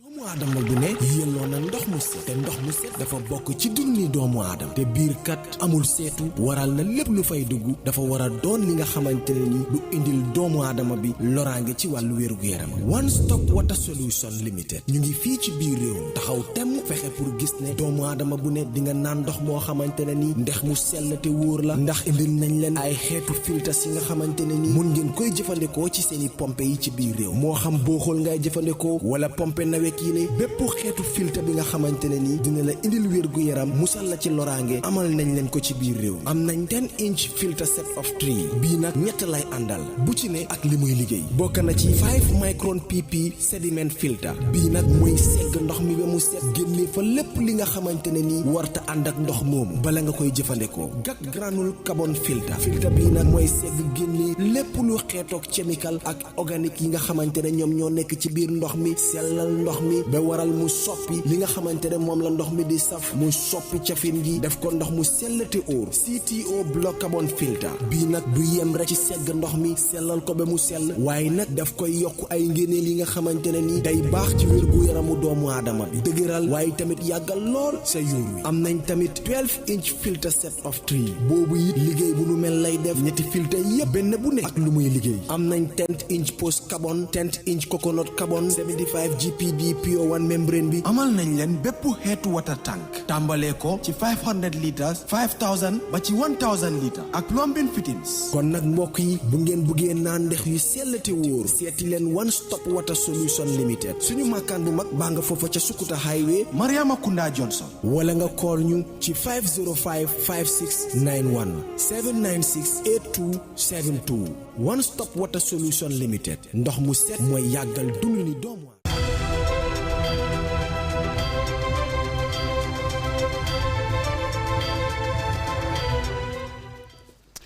Hello viewers, welcome back from that short break. You're watching QTV and we're broadcasting live from our studio here on Kairaba Avenue. I am Aliou Cisse. It is election night in the Gambia. As we knew already, today Gambians went to the polls to elect who the next president will be. The incumbent President Adama Barrow of the National People's Party-led coalition is being challenged by 5 candidates in the names of UDP's Usainu Dabo, GDC's Mama Kande, Abdullah Jammeh of the National Unity Party, Halifa Sallah of PDOIS, and Esambay Fall, an independent candidate. My colleague, Modlamin Choi, is currently at the IEC headquarters on the Battle Highway. Choi, well, I understand we haven't connected Choi yet. Badingol melbe QTV jube kan hanasan plenty bale studio kono Kairaba Avenue QCell Comadrong comme alialo nyame be mun lumbati Gambia covering motor pour kera carte fay. But just a reminder of viewers, we are also broadcasting on Q Radio 103.3 and as well streaming live on our different social media platforms, Facebook and YouTube, QTV Gambia. Let me just try to engage my colleagues here, Umar P. Jallo and Loli, as well as Hadi Koli. Gentlemen and ladies, welcome back after the short break. I'll start with you, Loli. tata fonyon dingola bi mu lunku ma balti ni nata Gambia la tariko la bi la mu Gambia nol tata carte fola pour ka tombondiro ke nyaton ka kutola membe sila mansa siranka sanji lulu nala wuta kumayata bakel adum bi nga kol je tata nyamen ambe duala dron pour abes la ban ngo nyala dron e kol tata kule e be tata kaira ambe duala dron sa la ban nin kaira la ali Umar P Diallo a jarama Aliou e musidɓe min gartani on guili min jano ɗin ɗon minutaji dan tan fi min poftido seeɗa e joni ɗo wonɗo min garti kadi fi continde addande on kibaruji ɗi no ɗi gardata ni e ɗo wonɗo noon e hande onon gandi hande ko ñalande mawde e tarika leydi Gambia ɓayda ko hande titi e duuɓi joyi foof ko ɗum ɗo ko woowi hitande fo e duuɓi joyi foof e dut e ɓiɓɓe leydi Gambia e cuɓat ko mo ganduɗa ko on ɗon ɓe ndeynata ɗen ɗon dole ɗe ganduɗa ko kanko ardoto leydi ndi te ko kanko woni mo ganduɗa ko kanko ko fewjeta no leydi ndi yarata e ɗin ɗon duuɓi joyi e ɗum ɗon hikka titi ko nden ɗon ñalande yonti e hande noon ɓiɓɓe leydi Gambia ko fotta e guluje e temeɗɗe jeenayo e ko fawi e ɓiɗɗo leydi Gambia ko ɗum ɗon windano ko foti ferade carte ɗe noon ferama guili subaka wattuji jeetati ha wattuji joyi e ɗo wonɗo noon joni ko paɗɗen tan ko kontegol ngol mbo foof e ɓen ɗon ɓe ganduɗa ko kamɓe daari ɗaɓɓugol leydi ndi e woni yimɓe jeego ɗum ɗon woni mo ganduɗa His Excellency President Adama Barrow mo ganduɗa ko kanko jooɗi e sirang lamoyɗo wonɗo e mbo foɗodira e woɓɓe jowo e ɗum woni Ousainou Dabo joɗade e ɗaɓɓo leydi ndi e inde on ɗon parti UDP e on ɗon honorable Mama Kande mo ganduɗa ko kanko ardi on ɗon parti GDC e honorable Halifa Sallah mo ganduɗa ko kanko ardi on ɗon parti e PDOIS e Abdoulaye Jammeh mo ganduɗa ko kanko woni mo gardiɗo on ɗon parti NUP e woni National Unity Party e on ɗon mo ganduɗa ko kanko taw woni independent candidate e ɗe ɗo carte hikka e woni Issa Mbaye Fall e ɗum ɗon no carte ɗe kontira foof e min gadda min jottina ɗon ɗin ɗon kibaruji no min keɓirta ɗi toon ni e Aliou Hadi waaw jërëjëf Aliou di dalalaat askan wi rek ginnaaw ba ñu jógee si commercial break bu gàtt boobu ba tey rek di leen fàttali ne dañ fi toog rek pour jottali leen xibaar yoo xam ne nag mu ngi war a bayeekoo ci banxaas bi seetu wàllu sànni katta gi muy compté goo xam ne nag ñu ngi ko def kattay si jamono ji ëmpale wuñ ne nag bésub tey ji dafa doon bés bu am solo bu ñëwee nag ci taarix waxoon naa ko ci ginnaaw ma ne bi yoon nag doon na juróom-ñeenteelu yoon réewub Gambie nag ñu ngay def li nga xam ne mooy sànni katta di tànn Hadi Koli, let me just interrupt. I understand my colleague Modlamin Choi is on the line from the IEC headquarters on the Batlaning Highway. Choi, if you can hear me, what is the latest there?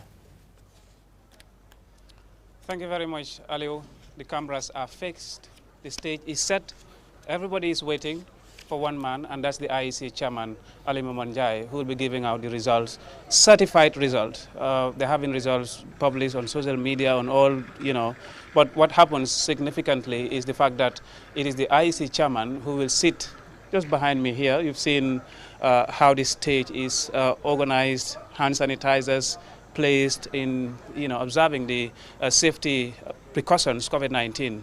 So basically, we are waiting for the IEC chairman, who is still yet to be here. We have both the local and international press giving it very massive coverage when the Independent Electoral Commission chairman will be announcing the results. So not yet much thing is happening here, apart from waiting for the IEC chairman to give out the results. Mën ñu ko tënk ci olof rek ci lu gàtt rek fi nga nekk noonu la ma fa nekk di xew jamono bi ñu toll nii. Waaw Aliou lu fi nekk di xew fu mu nekk nii caméra yi pare nañ stage bi pare na yéen a ngi gis suñu gannaaw microphone yaa ngi foofu noonu yéen a ngi gis hand sanitizers tamit place bi ku ko xool rek xam ne yëpp pare na fu mu nekk nii te kenn rek lañ nekk di xaar te kooku moo nekk Ali Momad Njie. Ali Momad Njie nag moom la constitution bi dooleel moom la baati réew mi dooleel pour mu war a toog fii nii ñu jàkkaarloo ak moom ñu leen a jox information yi yoo xam ne yii dañ ko confirm certified election results.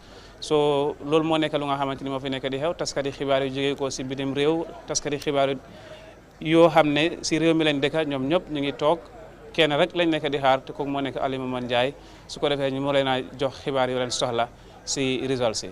jërëjëf Modou Lamine Choice suma naataango mu ñam na moo ñu nekkal fale ca IEC headquarters fale ca Kanifing. Well, I'm glad to say we are now joined by our colleague Amadou Diaw from Decision TV, QTV's TV partner in Senegal, Dakar, who has been here for the past a week or 2 weeks so since the return of the president from the provinces. They have been here providing coverage on the campaign and the election as well.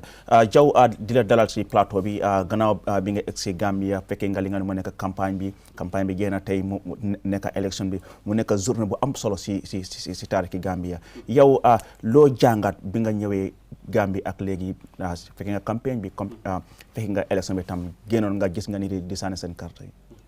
Merci beaucoup Aliou maa ngi lay nuyu ci nga xamante ni ñoom ñoo fekk ci plateau bi di nuyu ki nga xamante ni moom moo di PDG Mohamed Dia di nuyu personnel bi yëpp ndax ginnaaw bi ñu ñëwee fii ba léegi ndëgg ni ñaar fukki fan ci weeru novembre gis naa ni nag ñi nga xamante ni ñoom ñoo di Gambien yi rawatina nag personnel bu QTV daal dinañu dalal jàppale ñu ci ngir ñu mën a yombal li di suñu liggéey donc man nag mën naa wax ni bii mooy ñetteelu yoon wala ñeenteelu yoon ma daal di couvrir lii di élection donc présidentielle. Just to remind you, you're still watching QTV, and we're broadcasting live from our studio here on Kairaba Avenue. I am Aliou Cisse, and like I said, today is a quite very important day for the people of this country as Gambians went to the polls to elect who the next president will be. I mean, like I said, the incumbent and the NPP-led Grand Coalition candidate, President Barrow, is being challenged by 5 candidates who are all vying for this important public office. But as we understand, polling stations have closed across the country, and counting is ongoing. I mean, it is spot counting. Immediately, the polling stations are closed, then counting will start immediately, and this will. All these results will be taken to the collation center where it will be finalized. And now my colleague Jenaba Sonko, who is currently at the IEC headquarters in Kanifing, is also on the line. Jay, good to have you on the program. How is the atmosphere at the Kanifing IEC head office? The atmosphere is quite normal. Just to say that we are not at the IEC Kanifing regional office. Probably the space is quite small, so we're at Latin Kunda School right here, where officials from different polling stations, bit by bit, to actually compile the results that they have. So I'm talking to them here just to see what is happening on ground, what we have yet, what we do not have yet, but probably in the next 1 hour or 30 minutes, I can give you credible information, credible figures in relation to the respective polling stations that are in the Kanifing municipality. But at the moment, how is the atmosphere there? So the atmosphere is quite normal. We just have election observers here from Peace Ambassadors. Gambia participates, as well as ECOWAS. They're here just to make sure that they observe the situation. Like we were stressing in the morning, having election observers has to do with the credibility of an election as well. So they're here waiting for other officials coming from other polling stations to come, and then eventually the results will be compiled here, and I'll give you the figures in relation to the votes in the Kanifing municipality. So ñu ko mën a tënk si olof rek si lu gàttal fan nga nekk si jamono bi ak lan moo fa nekk di xew. So fi mu nekk nii Aliou nekkuñ si office IEC bi bu nekk Kanifing man si suma gis-gis foog naa ne xëj na dafa xaw a xat pour mu mun a accommoder ñu ñun ñëpp. So fi mu nekk nii Latrikunda School fii nii si Kairaba Avenue lañ nekk. moo nekk LK. So fii nii ñu ngi xaar. waaw fii Kairaba Avenue Westfield. So fi mu nekk nii ñu ngi xaar officials yi nga xam ne ñoo nekk si different polling stations fii si Kanifing municipality bi su ko defee ñoom dañoo ñëw ñun ñëpp dajee fii nii su ko defee ñu xam results yi nga xam ne Kanifing moom la am. So fi mu nekk nii tamit gis naa fi election observers yu bari, gis naa fi Gambia participates, gis naa fi Peace Ambassadors, gis naa fi ECOWAS tamit su ko defee ñoom dinañ mun a taxaw xam ne dëgg-dëgg election bi nuñ ko defee crédible na torop because tey su suba rek ñu ngi ko doon wax election observers yi nu mu munti mel ñoom dinañ mun a taxaw wax ne lii de def nañ ko fair and square. So fi mu nekk nii lii moo fi nekk maa ngi wax IEC officials yu fi nekk ñu ngi maa wax ne probably in the next 1 hour or in the next 30 minutes dinaa fi mun a taxaw wax la ne Bakaw lii ya fa nekk Talinding lii moo fa xew bi yeneen place yi tamit si Kanifing municipality bi lii ak lii moo fa xew si suma gis-gis daal yaagatut. waaye si jamono bi naka la foofu mel ndax bari na ay nit nga xam ne supporters nañ ñëw di taxaw di war a xaar pour ñu announce results whatsoever. déedéet fii benn supporter nekku fi comme ni ma la ko waxee fii polling station officials yi ñoo fi nekk ak election observers yi so it's quite normal environment bi benn keneen ku fi warta nekku fi so ñu na fi nekk media bi ak observers yi ak ñi nga xam ne daal ñoo fi war a nekk so dëgga fii climate bi is quite normal ñu ngee dugga ndanka di indi yaa ngay gis IEC officials yi di dugga ak seen ballot boxes yi di génna su ko defee lu yàggatu tuuti rek dinañ ubbi classroom si maa ngi gis already taal nañ generator bi sax war a ñëw ubbi classroom si bu ko defee ñëpp dugga foofu election observers yi dugga fa ñu wax Banjul ñu wax Bakaw Ndoog lii ya fa am Talinding lii ya fa am so pour man daal yàggatu tuuti dinaa ñëwaat wax la actual results yi fii nii si Kanifing municipality bi. jërëjëf Jeneva Songo suma naataango ko nga moo ñu nekkal fale ca Latrikunda school comme ni mu ko waxee rek foofu la gars yi nekk ñu ngay xaar foofu lañ war a collate results yëpp balaa ñu ko yónnee fale ca IEC chairman bi di Alieu Momar Njie. Well, like I said earlier on, I'm now being joined by my colleague from Desert TV, Amadou Diaw, who has been in the country in the past 2 weeks covering the campaign and the election as well. Amadou di la dalal si plateau bi xam naa ne ñëw nga am nga fi ay ñaari semaine léegi di toppa campagne bi di compa election bi tey génn nga gis nga lu bari. loo jàngat si li nga jot comme ci Gambian election bi.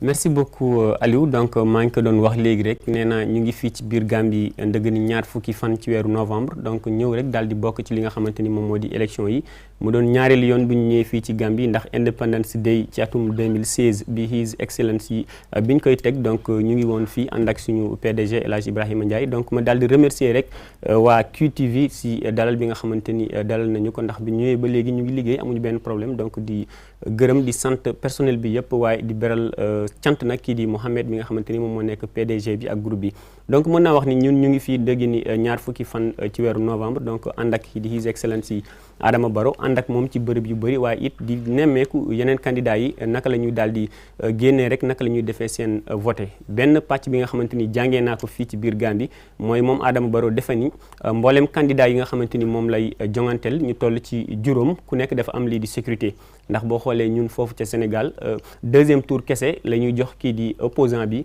sécurité ngir ñu mën a ànd ak moom waaye candidat bi moom mooy jël ay moyens dem daal di jël ay garde corps fay leen ngir ñu mën a ànd ak moom ci lii di campagne bi beneen bi nga xamante ni daal dinaa ko gis fii tamit moom président Adama Barrow yenn saa yi dañuy dem ci biir àll bi ñoo àndoon foofu ay foñi ay gunjur ak yeneen bërëb donc des fois da ngay gis candidat bi Adama Barrow day def fi benn meeting génn 1 heure de temps après wala 30 minutes après beneen opposant ñëw def fa boobu meeting donc ma gis ni loolu faraluñ ko lu bëri di ko gis ci yeneen réew yi donc mu nekk beneen modèle démocratie bi nga xamante ni fekk nañ ko ci biir Gambie ndax nee na moom bi mu ñëwee ba léegi atum 2016 mosul tëj benn opposant xam ngeen ni loolu yombul malgré tout pouvoir bi mu am doole ji mu am nit ñi ñu ngi koy saaga ci télé yi ak ci rajo yi waaye musul traqué benn opposant vraiment loolu man Amadou Diaw nekk na li nga xamante ni marqué na ma trop ndax réew yu bëri dañoo am ay article boo waxee président sa bët xonk na rëbës ngay fanaan wala beneen prison mais fii Adama Barrow nee na suba su ne mu ngi dégg nee na yaayam mu ngi dégg li gars yi di wax mais def naan ko Adama muñal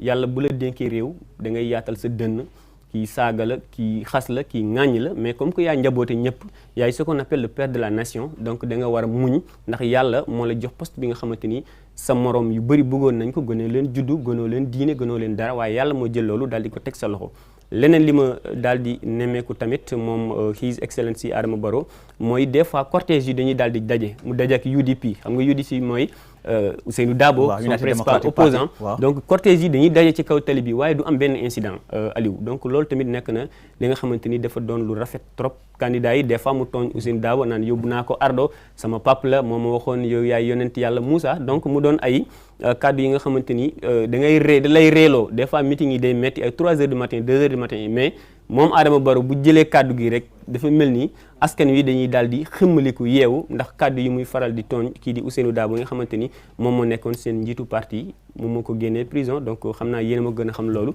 donc li ci gënti am daal xam naa ni campagne bi jaar na ci yoon amul benn incident gisuma si beneen jafe-jafe des fois da ngay gis sax nataalu kii di Ousseynou Dabo ak kii di nataalu Adama Barrow seen poster yi ñu daal di leen taf ci benn bërëb amul kenn kuy jël huile sànni ci wala amul kenn kuy jël daal di ñëw xotti donc mën nañu wax ni Gambie dundaat na ginnaaw ñaar fukki at ak ñaar nekkaan na si démocratie nee naa sax tey jii Sénégal wala yeneen réew war nañ ñëw roote fii démocratie ngir mën a jëmbal seen i banqaas. waaw xam naa loolu dina am solo trop parce que comme ni ñu ay plateau bi ni déjà tam ko génnee en direct si seen télé bi Dakar dama bëgg nga tënk ko si français bi. depuis bi ngeen àggee fii 23 novembre comme na ko waxee rek ñëw ngeen fekkee arrivé président bi mu doon jógee si dëkk bi ñëpp si capitale bi. soo ñu ko mënee jàngat si français rek ñi nga xam ne ñu ngi seetaan Sénégal ak ñi nga xam ne ñu ngi seetaan si àdduna bi yëpp. Merci beaucoup Aliou. Donc je disais que c'est un réel plaisir pour la 2STV de participer à cette présidentielle. Donc c'est pour la deuxième fois que nous venons en Gambie après l'Independence Day de 2016, après la chute de Yaya Jammeh. Donc nous sommes là depuis le 20 novembre pour accompagner His Excellency le président Adama Barrow. Donc nous étions avec lui pendant plus de presque 3 à 2 semaines. Donc on a fait presque beaucoup de régions ici en Gambie. Donc je disais que ce que j'ai appris ici avec le président Adama Barrow, donc c'est son discours pour dire que chaque candidat a reçu des éléments pour sa propre sécurité. Donc je disais que c'est pas évident, même au Sénégal, par rapport aussi aux autres pays qui sont frontaliers avec le Sénégal. Donc d'habitude c'est au deuxième tour que le président prend des moyens pour sécuriser la campagne de l'autre candidat. Donc ce qu'on a vu ici en Gambie, c'est que Adama Barrow a mis les moyens pour quand même un bon déroulement de la campagne électorale après avoir donné plusieurs éléments aux 5 opposants qui aussi voient son fauteuil au niveau de State House. Donc ce que j'ai aussi appris, je disais que les cortèges des femmes même se rencontrent sur le goudron, mais il n'y a pas d'incident majeur. Donc c'est aussi quand même à saluer. Aujourd'hui, je disais que la Gambie est une grande démocratie, comme que le Sénégal, ou bien la Mauritanie ou la Côte d'Ivoire. Beaucoup de pays doivent faire comme la Gambie. Donc ce qu'on appelle la démocratie, je pense que c'est important dans un pays, particulièrement des pays comme la Gambie qui ont connu quand même 22 ans de dictature entre guillemets, comme que APRC a rejoint Adama Barrow. Donc je vais utiliser des guillemets pour un peu quand même faire expliquer aux gens ce qui se passe ici en Gambie. Adama Barrow, je pense qu'il l'a dit, il a mis les moyens pour appuyer l'opposition pour le bon déroulement de sa campagne électorale. Autre aspect aussi que j'ai remarqué durant la campagne, des fois même on part avec Adama Barrow dans certaines régions comme à Foni Bandali, comme à Kansala. Adama Barrow fait son meeting. 1 heure de temps après, un opposant vient sur ce même espace pour faire aussi son meeting. Donc ça aussi c'est quelque chose quand même que nous avons vu en Gambie et magnifié après avoir dirigé la Gambie pendant 5 ans. Adama Barrow part pour encore revoir ce qu'on appelle la voix des citoyens, inscrits au total de 962 157 inscrits sur le fichier électoral pour une population de 2 221 301 000 habitants. Donc je disais que Birkama est le bastion électoral beaucoup plus important car il compte 12 bureaux de vote pour un total inscrit de 359 451 inscrits. Donc juste rappeler à nos chers téléspectateurs de la QTV que His Excellency a voté vers 11h accompagné de ses 2 épouses. Il se dit confiant mais alerte quand même la Commission nationale électorale indépendante par rapport au dépouillement. Donc il les exhorte quand même à travailler ce qu'on appelle dans la transparence pour éviter de jeter le pays dans le chaos. li nga am na solo trop comme noo ko waxee rek tey génn nga comme noo ko waxee ne rek gis ne 900 000 lu ëpp 900 000 Gambie ñoo war a voté génn nga tey dégg nga président lu mu wax ci gannaaw bi mu sànnee kertam bi génn na di ñaax nit ñi pour ñu jéem a dalal seen xel bi pour gis ne daal jaama dal gannaaw loolu yow bi nga génnee Gambien si ñi ngi dee sànnee seen carte bi noo ko gisee doxalin bi.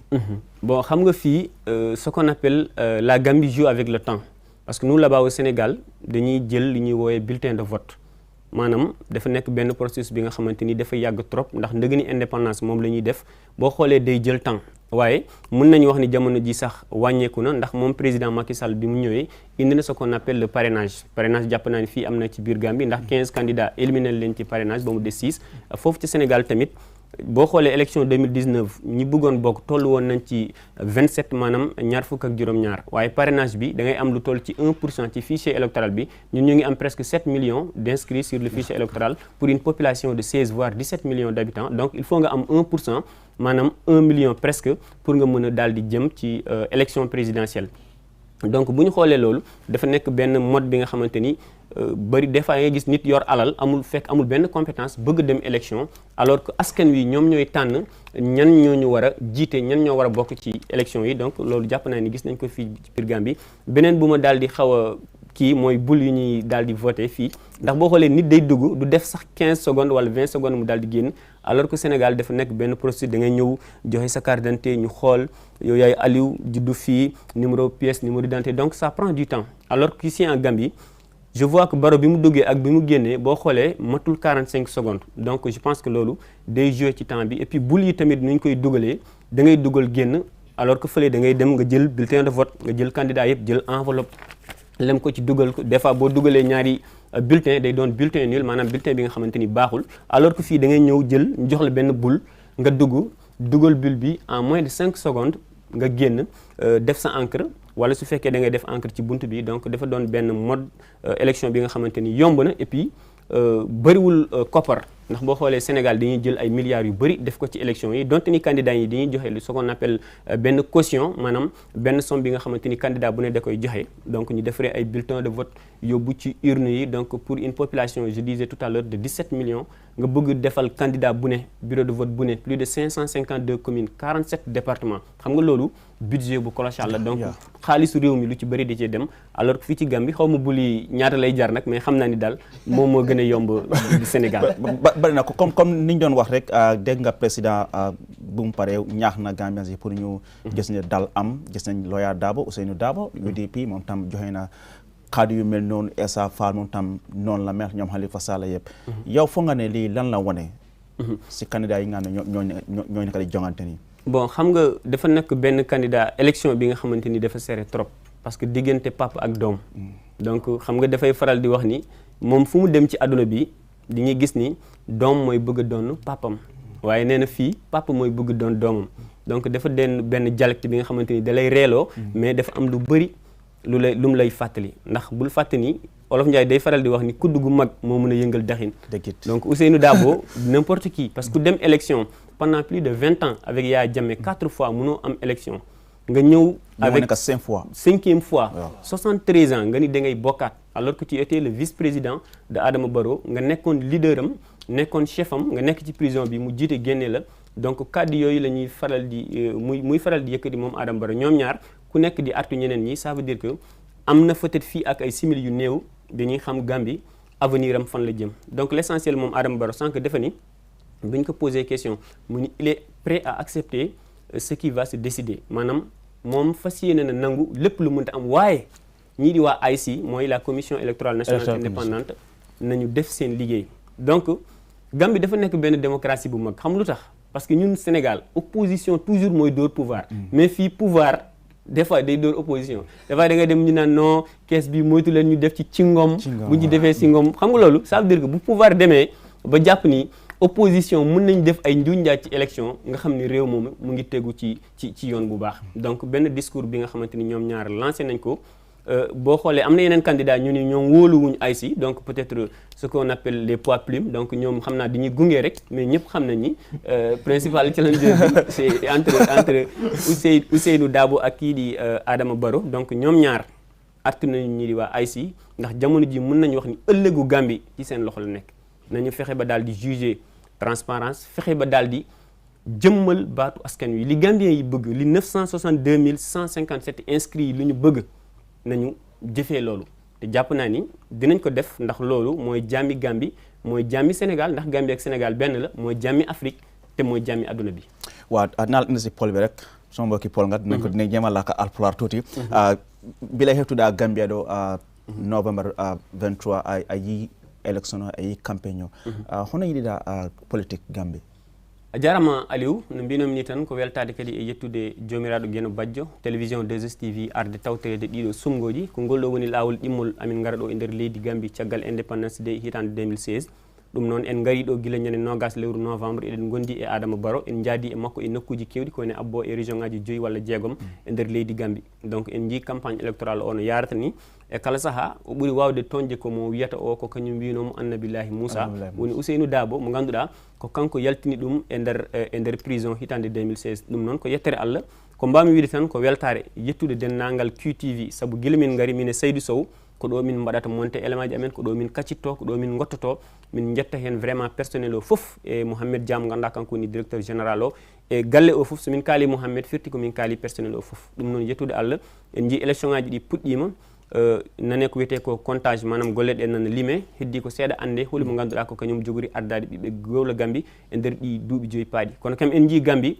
fuɗɗitima wurtude ko wiyete ko démocratie caggal nde Adama Barrow mo ganduɗa ƴetti doole mum ƴetti moyeji totti ɗum opposition dadiɓe wawde yaadude makko campagne makko beele ina wawa rewde lawol ɗum noon kadi eɗen gandi ko ɗum ɓamtare kono kadi ko ɗum hunde nde ganduɗa ina fewna démocratie e nder leydi ndi ƴetta élément ji en tant que pouvoir aɗa wawno wiide ko an ɓuuri doole ko an tan jogoto ani de ko wiyete ko garde corps uji kono noon Sénégal ko deuxiéme tour tan opposant heewi tottede garde corps ɗum noon kanko Adama Barrow o waɗi ɗum ɗon e gueɗel gonguel ngel ganduɗa en teskima ɗum sahaji en jaada e makko e nokku mo ganduɗa meeting o gasata ko 2 heures du matin e oɗon bayal kanko Adama Barrow so ummima ɗo Ousseynou Dabo walla Issa Fall walla Mama Kandé walla Khalifa Sall ara waɗa ɗon meeting ɗum noon kadi ko démocratie mo ganduɗa vraiment ina jibine ɗo e nder leydi Gambi ɗum noon kadi ko Adama Barrow waɗi ɗum ko wona ɗum ko kadi en jii Gambieji ɗi aɓe belti e élection kono kadi aɓe jiiɗi élection o waɗa pour ɓe mbawa ruttade e golle mabɓe sa ƴeewi kamɓe foof ko woni koɓe kalata ko yo first of décembre ara 4 décembre ara kamɓe foof ɓe jaaha e urnuji ɗi ɓe goota ɓe ƴetta buluji mabɓe no mbiɗen ni tan Gambi wotirta ko buluji wona comme Sénégal comme kayitaji ni ko bulu garata ƴetta nanna ɗum e caisse mo ganduɗa ko on woni candidat mo jiɗɗa wotande caisse foof noon ina waɗi ko wiyete ko plaque uji nder plaque fof waɗata ko fof ina abbo e temedere boule ɗum noon kadi ina webtina ko wiyete ko limgol ngol Adama Barrow noon ko jinnaɗo makko debbo ina wiye madame Khadijatou Diallo idi wodde sanga waktuji jeenayyi donc kanko jinnaɗo makko debbo ina wuri ina jaam wooti nane subaka duumi ni haali koye ɗemgal pular kanko yummum Adama Barrow nde Allah hokkata Adama Barrow polu kono noon nde jaam e kisal duumato e nder leydi ndi saabu so jaam ala jama juuletaki Adama Barrow kanko eɗen mbawi wiide ko 2 gallons donc o nandani e Moussa Sène kanko wi ko rewɓe ɗiɗi e voilà donc o ari ɓe gooti hedde 11 heures o waɗi discours makko noon wiide yo yimɓe fof jaa omo heeɓi haqiqa kanko Adama Barrow ko kanko gagnoto kono noon aysi woni ɓen ɓe ganduɗa ko kamɓe joyi ko fati e sumgoji ɗi yoɓe ndewnu golle ɗe lawol eɗen mbawi wiide Ousseynou Dabo mo ganduɗa kañum woni challenger goɗɗo o kañumne ko on discours waɗi wiide aysi yo rewnu golle ɗe lawol hay sinno nawi heddiɓe no mbiɗen ni koɓe duusoɓe tan kamɓe kam ala koɓe kaali saabu ɓe mbiɓe kolaki aysi donc eɗen mbawi wiide golle ɗe o saaha goni koye hakkude Ousseynou Dabo yomo ganduɗa kanko woni Adama Barrow hakkude ɓiɗɗo e bamum no wiyanno ni o nawat Ousseynou Dabo arɗo o waɗa ɗum ni o watta ɗum ni donc foof ko haaluji jalni ko pour wawde findinde yimɓeɓe e wiide makko so tawi élection o yawti kamɓe fof ɓe mbadda jungo e fandu ɓe gara ɓe liggo leydi Gambi ina jeeya ko ɓurno hawnade Aliou hande APRC wadde jungo e omo ganduɗa kanko woni Adama Barrow aɗa andi sa itti neɗɗo e nder duuɓi nogas e ɗiɗi a addi goɗɗo a yeehi an a artiri ɓen a artiri parti PPP ko Daouda Kairaba Diawa joguino ɗum a ƴetti APRC a ƴetti PPP a ƴetti woni yimɓe UDP c'est à dire que ko mélange mo ganduɗa baɗɗo fayida kanko Adama Barrow oɗo coalition gonɗo caggal makko wiide makko omo jogui hoolare kono noon mujiba o eno heewi wiide ni ko liggade leydi Gambi saabu mi dañi e makko entretien exclusif ko ɗum ɗon haali o wi mujiba makko ko liggade leydi Gambi ko gonga politique ko kewal kono noon ko ɓuuri hen wadde important ko ɓuuri hen wadde fayida ko liggade Gambi ɗum noon min beltima e QTV emin jetta kadi directeur amen Elhadji Ibrahima Ndiaye PDG 2STV mo ganduɗa kañumne ina daari ko wiyete ko intégration sous région o beele leyɗele ɗe fof ina gona gotum ko waɗi ɗo ko ɗum o heewi wadde waɗi ɗum Gabon la Péri tawede toon ɓe ganduɗa kamɓe goni ɗanniyankoɓe wonɓe toon ɓe uddital juma o waɗi ɗum kadi ko fati e Guinée e leyɗele goɗɗe foof dal beele yimɓeɓe yo gon gotiri Afrique wona leydi gotiri jaam e kisal duumoɗo kono noon beele fitinaji ina guiwa e Afrique ko ɗum waɗi télévision 2STV e kala événement mawɗo waɗat déployé équipe gam wawde tawtoyede hullude dennangal bandiraɓe kala ko ganduɗa ina heewa ɗum kanko Adama Barrow ni ko noon o wi Elhadji Ndiaye ko neɗɗo mo ganduɗa ina daari vraiment e wawde wadde Sénégambi beele ina wona gotum saabu ko enen jiini enɗam enen jiidi kosam ɗemɗe kalteɗe ɗiɗo fof ina haale Sénégal ɗemɗe kalteɗe Sénégal fof ina haale ɗo ɗum noon ko weltade vraiment arde hawde ɗiɗo sumgoji ɗi ganduɗa eɗen ñaago Allah nde jaam wonata hen a jarama Amadou Diaw musidɗo am Haalpulaar namdotake o minene sauce anani sose kadi mbal jeyla mbal konten wow well Assoumana Sidi so ko bëggee engage so bëggee laajte anything you can engage him as well foog naa ci kër gi la bokk fi ndax depuis gars yi ñëw fi ba tey ñun ak ñoom la tey maag moom ñoo nekkoon Banjul si suba fu président Barrow woote ak kii di independent candidate bi di Essa Mbaye Fall Amadou ci liñ jàngat boo gëstoo politique yi Gambia ci ñaari élection yi passé ñi nga xamante ne ñooy bindu pour wote ak ñiy génn pour wote ci bés bi day mel ni duy mel noonu waaye tey gis nañu ñu bëri génn bi ñu génn sax ñi nga xamante ne ñoom ñoo yor wàllum syndicat ci réew mi wane nañ ne daal dafa mel ni avancement bu bëri am na ci. yow lan nga ci jàngat ndax tey yaa ngi woon Banjul ñëwoon ngay tamit fii ci KMC wóor ci yeneen. bërëbu wotekaay yi nga xamante ne ñoo fi ne lan nga ci jàngat yow. lu mu ci jàngat rek mooy ñi nga xamante ni ñoom ñoo di Gambien yi boo xoolee di nga gis li nga xamante ni moom moo di taux de vote bi maanaam ñi doon voté boo ko méngalee ak at yi passé day gën di yokku loolu li koy waral mooy démocratie bi nga xamante ni dañ ko daal di fattoon démocratie boobu mu daal di exploser ndax boo xoolee président bu ñëw ni la man jiite naa juróomi at mosuma tëj benn opposant lu toll ci 40 rajo maanaam ñeenti fukki rajo ñu ngi fii ci biir réew mi chaque jour dañ may saaga dañ may wax lu ne ba sama waajur wu jigéen sama yaay day dégg sax li ñuy wax mais mosuma jël benn décision donte ni am naa pouvoir am naa doole am naa moyen daal tëj rajo yooyu wala jël opposant yi dugal leen ci kaso bi mais defuma ko dara lu dul démocratie mu mën a daal di dem donc askanu Gambie gis naa ñu génnee donc boo demee ci bureau de vote yi 8 heures nga fekk rang yu gudd fekk nit ñi nga xam ne nit ñi vraiment bëgg nañu daal di voter mu am benn taux de participation bi nga xamante ni mosul am dëgg ñi bi ñu génnee kii di Yaya Jammeh bi nga xamante ni toggal na fi lu toll si ñaar fukki at ak ñaar. Sénégal kayit ngeen di wote bi ngeen di wote. ñun maabul bi mooy bul yi. doo ci jàngat. waaw li mu ci jàngat mooy fii mbir mi day gaaw ndax boo xoolee Sénégal. boo duggee lu mu bon di nga def 2 minutes parce que processus bi moo xaw a gudd alors que fii damay gis ni président Barrow bi muy dugg ak bi muy génn presque moins de 20 secondes la donc loolu en matière de temps maanaam waxtu wi day gën a gaaw parce que des fois da ngay dem ci benn bureau de vote yi nga xamante ni dafa ëpp ay nit yu inscrire nit ñi war a taxaw ci naaj bi donc gestion du temps jàpp naa ni Gambie moom mooy gën a am boo xoolee taux de participation si ren beneen bi mooy Sénégal ay milliards yu bëri la ñuy jël ngir daal di dem ci élection alors que jàpp naa ni bulletin de vote candidat bu ne même bu dul woon li président Macky Sall indi lii di parrainage ngir mën a segg ñenn ñi nga xamante ni askan wi jàpp ni war nañ dem ci boo amul 1% ci fichier électoral bi donc gis naa ni fii ci Gambie am na parrainage waaye mën nañu wax ni moom moo gën a yomb ndax lu toll si ñaar fukk ak benn candidat ñoo bëggoon dagani baatu askan wi waaye 15 yi dañ leen di éliminer ci mbirum parrainage juróom-benn yi ñoom ñoo dem donc loolu tamit nekk na benn affaire bi nga xamante ni dina yombal askan wi ñu am candidat yu ndaw ñëw voté alors que foofu da ngay fekk lii di bulletin de vote jël bulletin bi dugal ko ci enveloppe bi dem dugal ko ci urne bi donc dafa nekk benn affaire bi nga xamante ni dafa xaw a yéex day jël temps alors que fii en moins de 10 minutes benn pourcentage bu am solo mën na voté ñu daal di jàll ci leneen. jërëjëf suma mbokk bi kontaan na lool. ni DSTV tooga fii ak ñun di waxtaan sànnikat boo xam ne mu yow si suufi Gambie. diggante Gambie ak Sénégal nag loolu du tey. suñu maamati maam leen. am na lu nga wax pour ne Gambie. yeneen rajo yeneen dëkk yi dañ war a jàng si suñ démocratie bi. suñ delloo suñu xel si gannaaw. Gambie mu suda des si démocratie bi si sub-région bi. parce que ñu jamono bu ñu am ñoo woote multi party démocratie. tun yu mel ni dëkk yu mel ni Sénégal duggoon si yooyu. loolu nag ak am na kàddu yu fi daaneel. tax na ñun mi xam ne ñun ay doomi Gambien leen. tey kontaan leen. man nag maa ngi si toog mbégte. merci ngir ne am na jamono boo xam ne am na ku fi toogoon. Yaya Jammeh. noot na. après jël na doole. mu def ay yoo xam ne. niiwal na doole doomi Gambien. gis na ne Sénégal desu gannaaw. pour jàppale doomi Gambien yi. pour gis ne démocratie boo xam ne ñoom Sénégal. bul fiir nag jànganeem ko suñu. ñoo njëkkee am d'accord nangu naa loolu Gambie moo njëkkee am wuja. nangu naa loolu. si politique. kon nag loolu dégg-dégg. kontaan nañ si loolu. waaye nag soo seetee Sénégal. suy politique bi.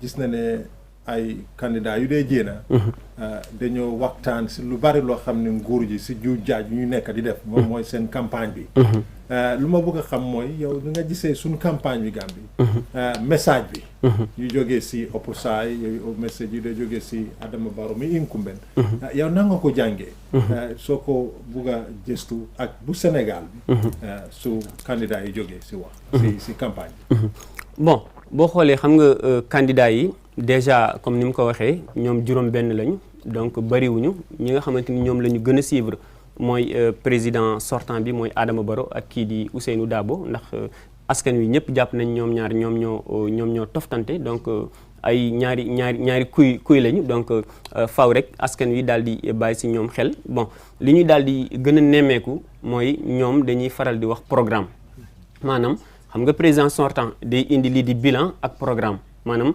lii laa jot a def ci juróomi at yi ñu ma fal lii laa liggéey def naa hôpital def naa tali highway def naa hospital bi def naa lii waaye nga daal di projeté askan wi ci maanaam bu ñu la falee li nga xamante ni moom nga nar a def ndax Adama Barrow nee na wax na ci mbirum lii di health assurance maanaam doomi Gambie yi képp ku feebar ñu mën la faj te doo fay dara ñi liggéey fayal ñi nga xamante ni liggéeyuñu mu ni alkaali yi maanaam chef de village yi fas yéene leen jox salaire mu daal di war a door ni ki weeru janvier mu jël beneen projet bu toll ci 50 millions de dollars di financement fas yéene ko jàppale ñii di fondinke yi maanaam ndaw yi jàngal leen lii di nappi dem jëndi ay gaal jëndi ay filet fexe rek ba daal di jàppale ñii di ndaw yi donc loolu programme la mën nañu wax ni loolu moo nekkoon presque kàddu yu doon ñëwaat à chaque fois jox ay financement jigéen yi donc des fois amul ay kàddu yi nga xamante ni dañuy faral di muy kàddu yu ñaaw jëmale ko ci opposition wala jëmale ko li ci lii xam nga Adama Barrow Ousseynou Dabo nekkoon na son vice président nekkoon na tamit li nga xamante ni moom moo di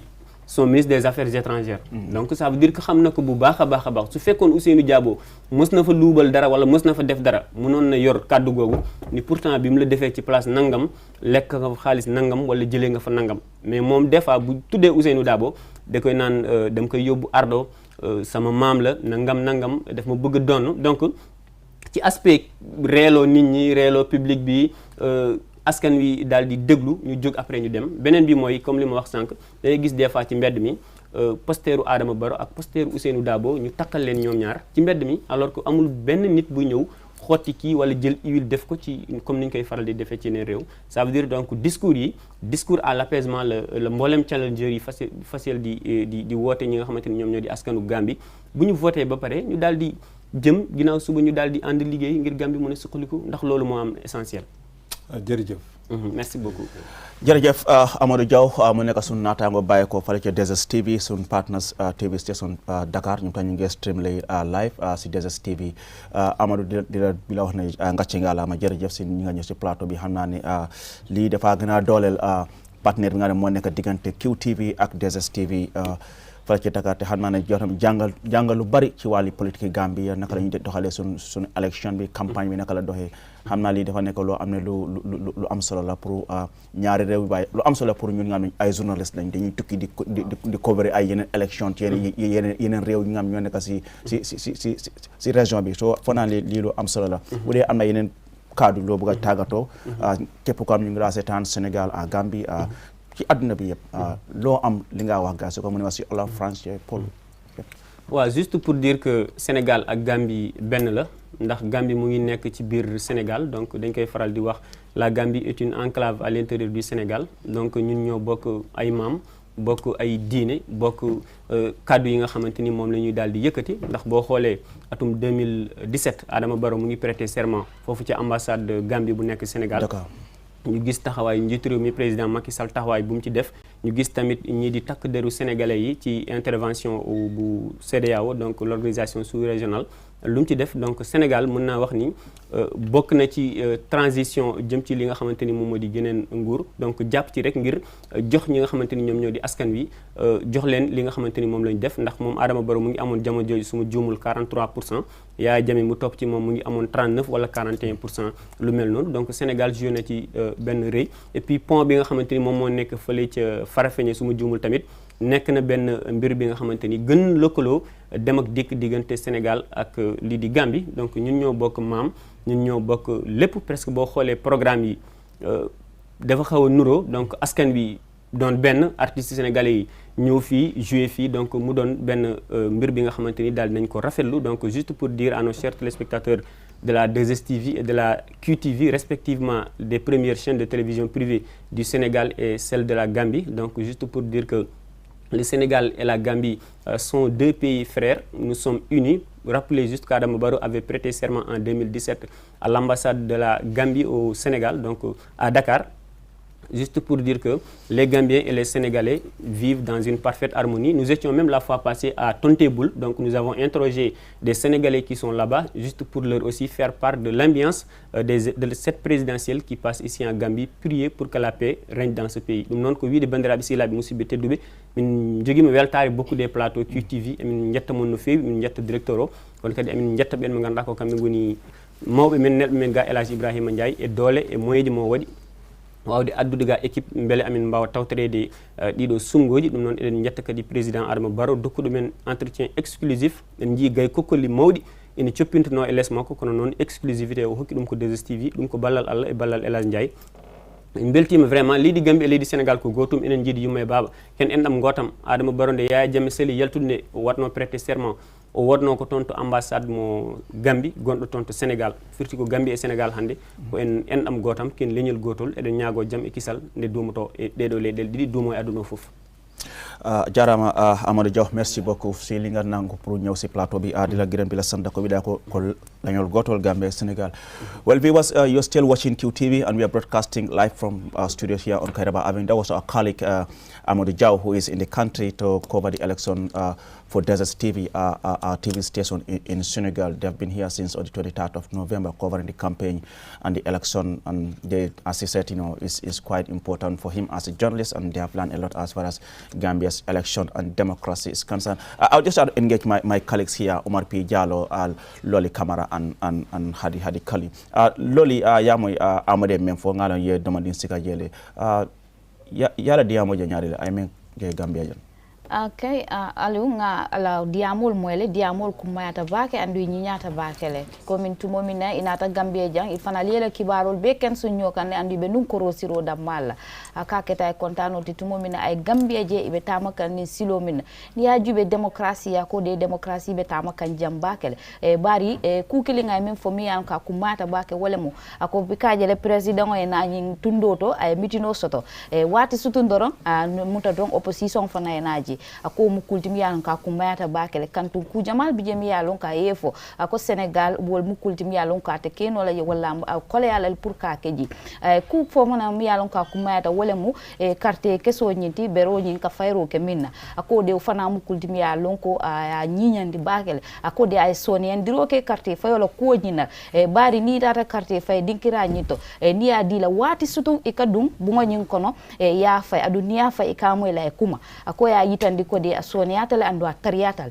ko bari birabe num banjun ayaje Adama Barrow mi yalon ko tembe na te fana be munta don sirango nyo sawa be ke ka je karola akaya jele birata adunta e carte ke so nyita wati sutun dorong afintita nam banta birala carte fay e kataka inkol ma kol be mu kultimi ya lonko aya yitandi e Gambia la carte fayo nyina tamaram bulo nyinto adu ni nata fana molla muta so nyoka ko fana mu kultimi ya lonko ya sute la nyitaro nyin kono jang adu muta drog e nyo fea ani nyo ya mi ya lonko e wole be molte ma be nyo sabala nyin sirangola ko fana mu kultimi ya lonko akumayata adu ku fana fo mi yanka kumayta wala mu tanko la karo nyinti akode a jele ko de mu nyul miliyalon ko wala mu kanni dawlti nyo sababe melte ma nyi tembe na momo wulta ka muta tanko la molla karo la wol fana be bulari no mala be dandanna ka je ko de kayro ni tanku e sabati ako ni to la banko ka même Sénégal o mu kuldimi ya lon ko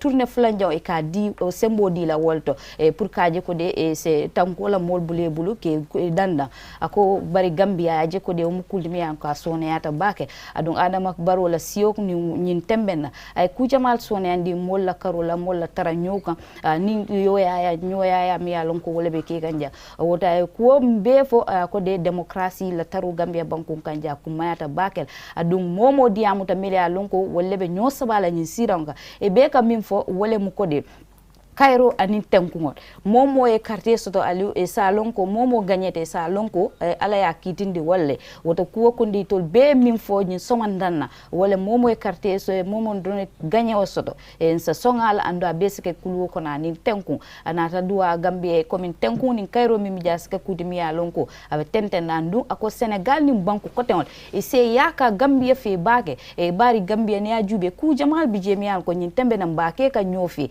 banku jamal bi je buka keno surtout quartier fa wucho nyin kono ay quartier ko so la ko fole andung ay quartier ngutado kaytol fana mi yalon ko banku kotenol ba tal kala ke la quartier fayala akol be mu kultimi yalon ka da panso ka wara man sakunda ka kudo min dundi je ka siya bari Gambia ya jele ko de sonia stota e bara tata murumuru ngala quartier fay dinkiral mento dawo dande a jele ko de je nyin quartier keso mumu e bero nyinti ay ko sonende anda ay ko tariyande ngamra Aliou ay nyine fo komin kurmala sutiya ka madama Baraka Bake, Loli Kamara. Well, I'm meant to understand my colleague Mood Gajaga is currently on the line from Brikama. Gajaga, if you can hear me, where exactly are you in Brikama and what can you tell us? Thank you very much, Aliou Cisse. I am in Brikama at the Gambia College campus, at the Gambia College main hall, where the different constituencies within the Brikama administrative area, the IEC officials and also some of the party agents are coming here with their ballot drums and every election material they have at their disposal, and it is going to be put together. As of now, it is results that they are going to collate together, but anything of that has not started yet, so they're just bringing their ballot drums and ballot papers and as well as certified results from the polling stations. So it is here that they are going to collate all the results together, add the numbers together, so it is going to be published per constituency. Just briefly, in Mandinka, it become a mentor exactly about Temento and Munebe Keringi. Lucia Baraka Bake, Mfele Brikama, Gambia College campus, Gambia College, Gambia Rambumbati, Dumalanko, Mimbe University, Dumala, the Brikama Satela Kono.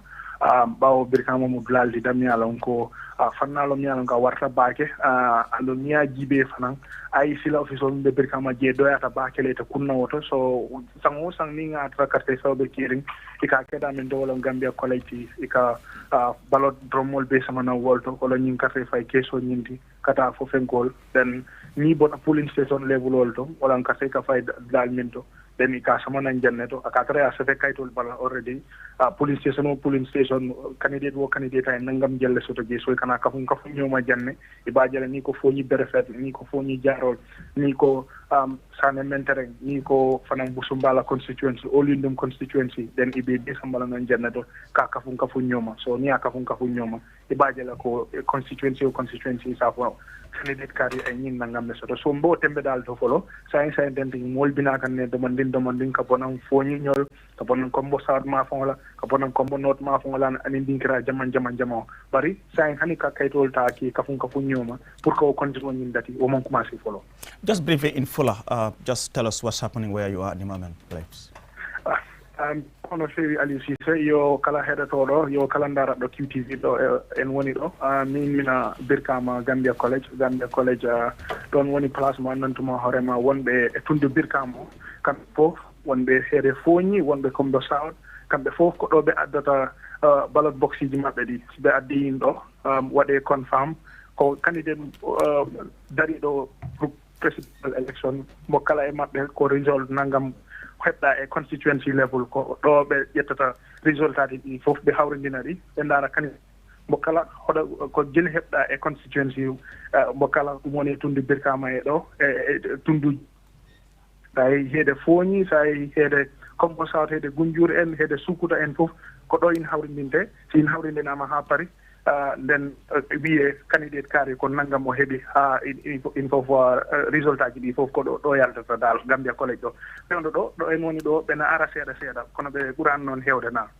Thank you very much, Modu Gajaga, my colleague. They are giving us an update from Brikama College, the Gambia College rather, where he is at the moment monitoring developments there as they try to collate all the results across the West Coast region. Like he said, I mean, any update he will keep us posted as far as the West Coast region, of course, the powerhouse in government politics is concerned.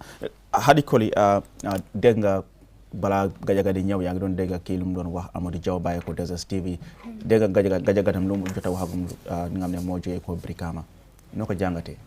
waaw jërëjëf Aliou Amadou moom moo bàyyee ko 2STV daanaka lu mu wax yëpp wax na ko ci kàllaamay olof bi te ñu bari déggee nañ ko ci làmmiñam kon nag man lu ma wax du ci bari waaye nag di xamal doomi réew yi Gambia ak askan bu nekk di yeewoo ci biir réew mi di leen xamal ne rek ne am na ay nit ñoo xam ne ñu ngi ci biir réew mi ñu ngi bàyyi xel mbir ñu ngi bàyyi xel sànni kàtta bi nu mu nekk di demee bu fekkee ne dooleel nañ jàmm jooju lañ ñëw gisee bu fekkee ne tamit dooleel nañ leneen loo xam ne dafa uute ak jàmm maanaam yëkkati nañ fitna bu boobaa loolu mooy dem sa bitim réew te foog naa ne ñun doomi réew yi Gambie nii duñ nangu yeneen réew yi di gisee Gambia doo réewu fitna wala di gisee Gambia di ko tuddee beneen tur boo xam ne dafa uuteeg Smiling Coast of Africa boo xam ne boobu la ñu jagleel kon di ñaax ñëpp rek ñu continuer jàmm jooju ñu xam ne du DSS rek waaye banxaasu ECOWAS bi ak yeneen banxaas yoo xam ne dañ nekk di dooleel jàmm ci àdduna bi ak yeneen banxaas yoo xam ne tamit ñu ngi ci biir réew mi yëpp teewlu nañ fi banxaasu bitim réew yi biir réew yi xam nañ ko wala xamuñu ko yooyu yëpp si jamono ji ñu ngi toog ci biir réew mi ñu ngi bàyyi xel bàyyeekoo ci nomination bi ba si jamono ji tey te lu si des sax bariwul lu ñu muñ moo ëpp lu si des Aliou kon dama ñaax askan wi rek ñu dooleel jàmm jooju continuer ko ba nga xam ne nag génn nañ ci sànni kàtta bi ñu génn si jàmm bu ñëwee si Mamadou Gajaga moom mi nga xam ne moo doon suñu naataango bu ñu toogal sa diwaanu Brikama bi muy diwaanu West Coast Region bi moom nee na si jamono ji ñu ngi dajaloo si Gambia College bi mu ne Gambia College bi foofu naka la ñu dajaloo gox-goxaan yoo xam ne ñoo nekkee sa diwaanu West Coast Region bi ñoom ñëpp si jamono ji gox gu ci nekk ñu ngi yóbbu seen kàtta yoo xam ne compte nañ ko pare ñu ngi ko yóbbu di ko dajale foofu pour ñu jël compte gi ñu dajale ko yóbbu benn yoon mën a génne xibaar gi yóbbu benn yoon mu ne si jamono ji loolu moo fa nekk di am te nag moom mu fa teewlu ak moromi taskatu xibaaram yi ñi nga xam ne tamit ñooy bàyyi xel ba yokkoo nag ci banxaas bi seetu wàllu sànni kàtta gi ñoom it ñu ngi fa agency polling agency mooy ñoo xam ne ñu ngi fa teewal political party ak independent candidate bi ñoom it kenn ku ci nekk sa ndaw mu ngi fa teewu am na ñenn ñoo xam ne tamit wax na ne si jamono ji ñu ngi bàyyi ko ci seen gox-goxaan yi di ñëw fii nga xam ne mooy si Gambia College bi pour indi nag carte yi ñu mun ko cee boole ci compte gi nga xam ne ñu ngi ko fay def loolu lañ jotagum. Thank you very much, Hadi Kali. We will now go to my colleague Mod Lamin Choi, who is currently on standby at the IEC headquarters to give us the latest there. Mod Lamin Choi.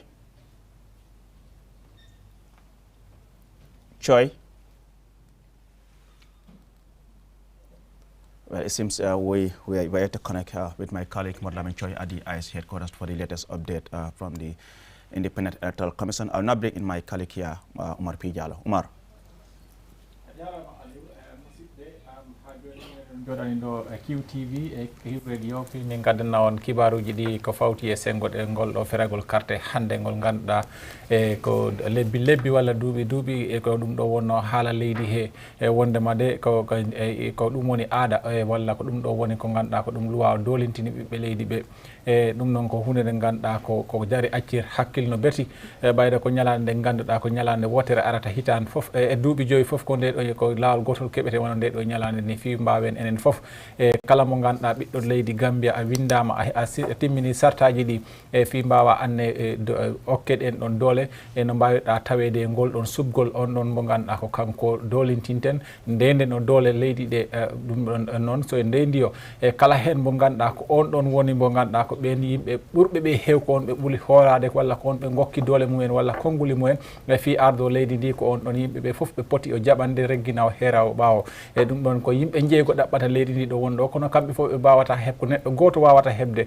e kala no wiya rek ko poɗodira rek walla ko ɗaɓɓugol wonɗon e ko goto heɓata heddiɓe ɓe bona ɓe ganduɗa ko wasoɓe e ɗum noon ko ɓiɓɓe leydi ɓe boni hande tambiɓe ɓe doole hay goto e ɓeɗo yimɓe jeeygo ala doole ɗe foof ko enen ɓiɓɓe leydi Gambia joguiɗe e kono noon gacciden hakkille ganden wondema de e aduna o fof hande ko enen ɓe darata ko enen ɓe kettoto ko hono mbaɗirten kulle meɗen ko oɗo élection e no mbaɗirɗen foof koye hoore meɗen artata e si en mbaɗi jaam e jaam heddima ɗo ko enen ɗum nafata e koye sukaɓe meɗen ɓe jibinaɓe yoɓe jowa jibine foof koye ɗum ɗon nafa ko mum koye dow meɗen artata e kono so en mbaɗi tanane e ɗum ɗon ne lutata en nden ina wayno e ko ñagoten e ko jammirten e yimɓeɓe foof enen fof en mbawa heeto parti goto kono noon enen gandi ko ma tan woda gañiɗo ko ma waɗa weltiɓe waɗa ɓe ganduɗa ɓe beltaki kono kala henne mo ganduɗa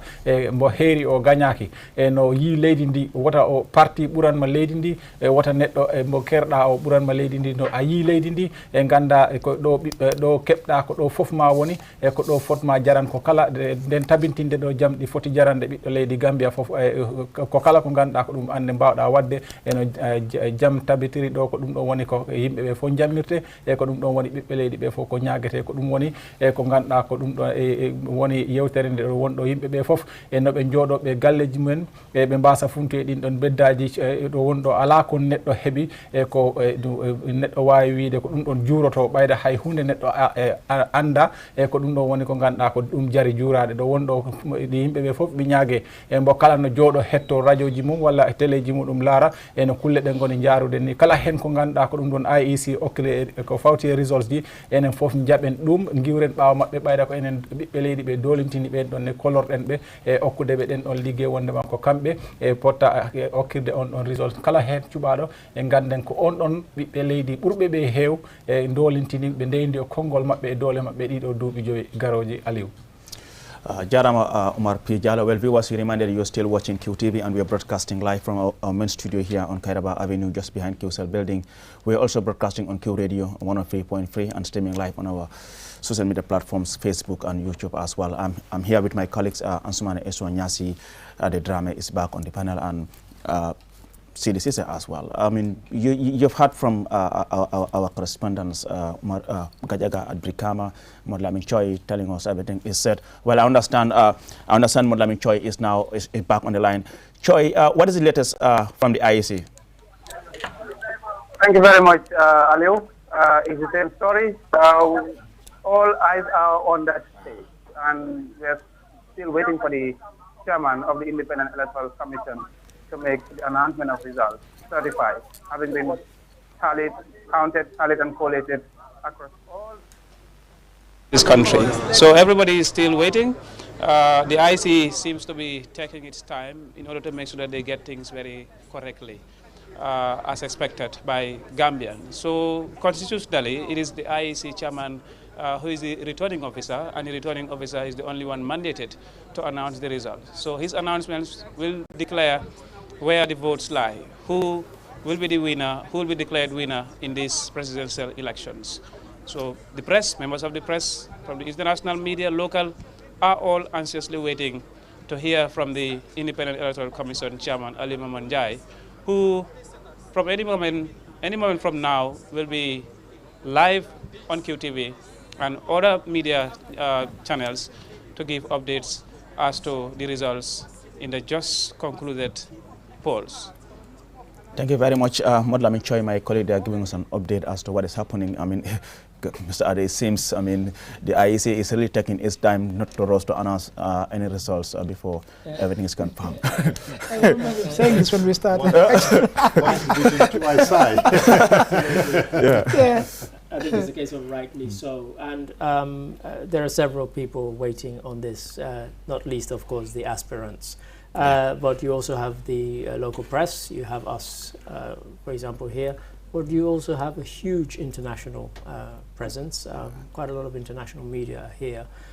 You have probably a record number of observer missions here for the election. So I guess they want to get it right. They don't want any miscalculations and they don't want any accusations. So I think they have to check, they have to verify and re-verify, if there's such a word, you know, all the results that are coming in that have been collated from around the country. So I think it's understandable, and I have this phrase which those of you who work with me know very well. I always say it is better to do it right than to do it right now. And I guess that's what they're doing. They're trying to get it right and make sure it's right, so when they announce it, they only have to announce it the one time. Sidi, ye gajaga moy ye Modlamin Choi moy amem IEC la kodaro akamon hanisa baturo la pour IEC de chairman aina ay social day para kamunta ebel time ta kan abarke bake Aliou kibar taral mimbe bantola kabo kadon fo koyna memo QTV la kibar talalti be CDRO ke kan kebarol membe ke kan min keta kate fayo kenyati abe keta Cairo kono tenkun kono nyasuma kono dum fana gambe dingol fana yela nyanto memo kate fayo nyanto nyinte luwa hako min dila iba tamande kan nyin tembe be ya kalamuta ko kate fayo nyin abandal silan wato min dita pour mo le kate fay mo kete kutu mi yalon ko mo be findita ka kate nyim fay ñin tembentu dum bundal mi yalon ko wala ñande kibaro ñindi la memu kate fa konto ñinti memu independent electoral commission ti alfa min kede Mr. Njaiti atelum siran tioti waka fo ñinto andu atedron we ñanto soto loi hakodi atela pro ko wo banque ko ade ya fanyami ñin tembentu ani fa ya banque ñame abe baturo ke kan wotande molbe baturo ke kan miyo sabu e konen tuulaye ba fa ne tum finje ka bor miyo sabu mbe yalonde min kere jan sanji lulu komanto bi fan aketa CDRoti mi sanjay fan bankero ko sawnu o sanji lulu komanto no nzava ya silandile juburan soto me juburan findinda kan ako bomo kabir nga mo ko dolo alala mo de ma auto alala de taram jani SOB ay sile so to bete moment bi nga kalamutale controbe ke kan andum contribunda do lon safa ko atimmatal bar coming moment taw kibaro bondela e dolle nyando kibaro bondela andi dol fan e be kata ko be ke la kaaje ko nyin kilin ya be kasabi ma foka kondide yalon kontro ka hawjal bari ka kasabi le amara loli camera yo fa ko eso iba kasabi kande wari yalon ni a kondi kaburo ka wolon kasabirot so silang iba kasabi kande wo kasabirobe kumfala dami njiketa ko mi sanjabi na fintila gambia rahmano be nyati dunia be rahmano nyati la ko bi kibar bungol bebe jande dunia kibar bungol bebe gambia banko kanja ani gambia fanana kibar bungol fanam bi jam hawjo sa kenyawnya ade min foron not right now but do the right thing hawjo nte bare kibaro findindi min ker kibaro koyote goto bi momo be sire la sokono yetti kaso sindi yelem na jiyo sindi warante ye afrake kamar kundan ko nimbay kundan ko buton nga baturo ke dro ni altera sonta carte fa sumiyade nyame carte kondo fana be sumiyawla nyama risolto be sumiyawla nyama kad ko gambia dingol le nyanto soto andu wo nyanto e bole di kam moma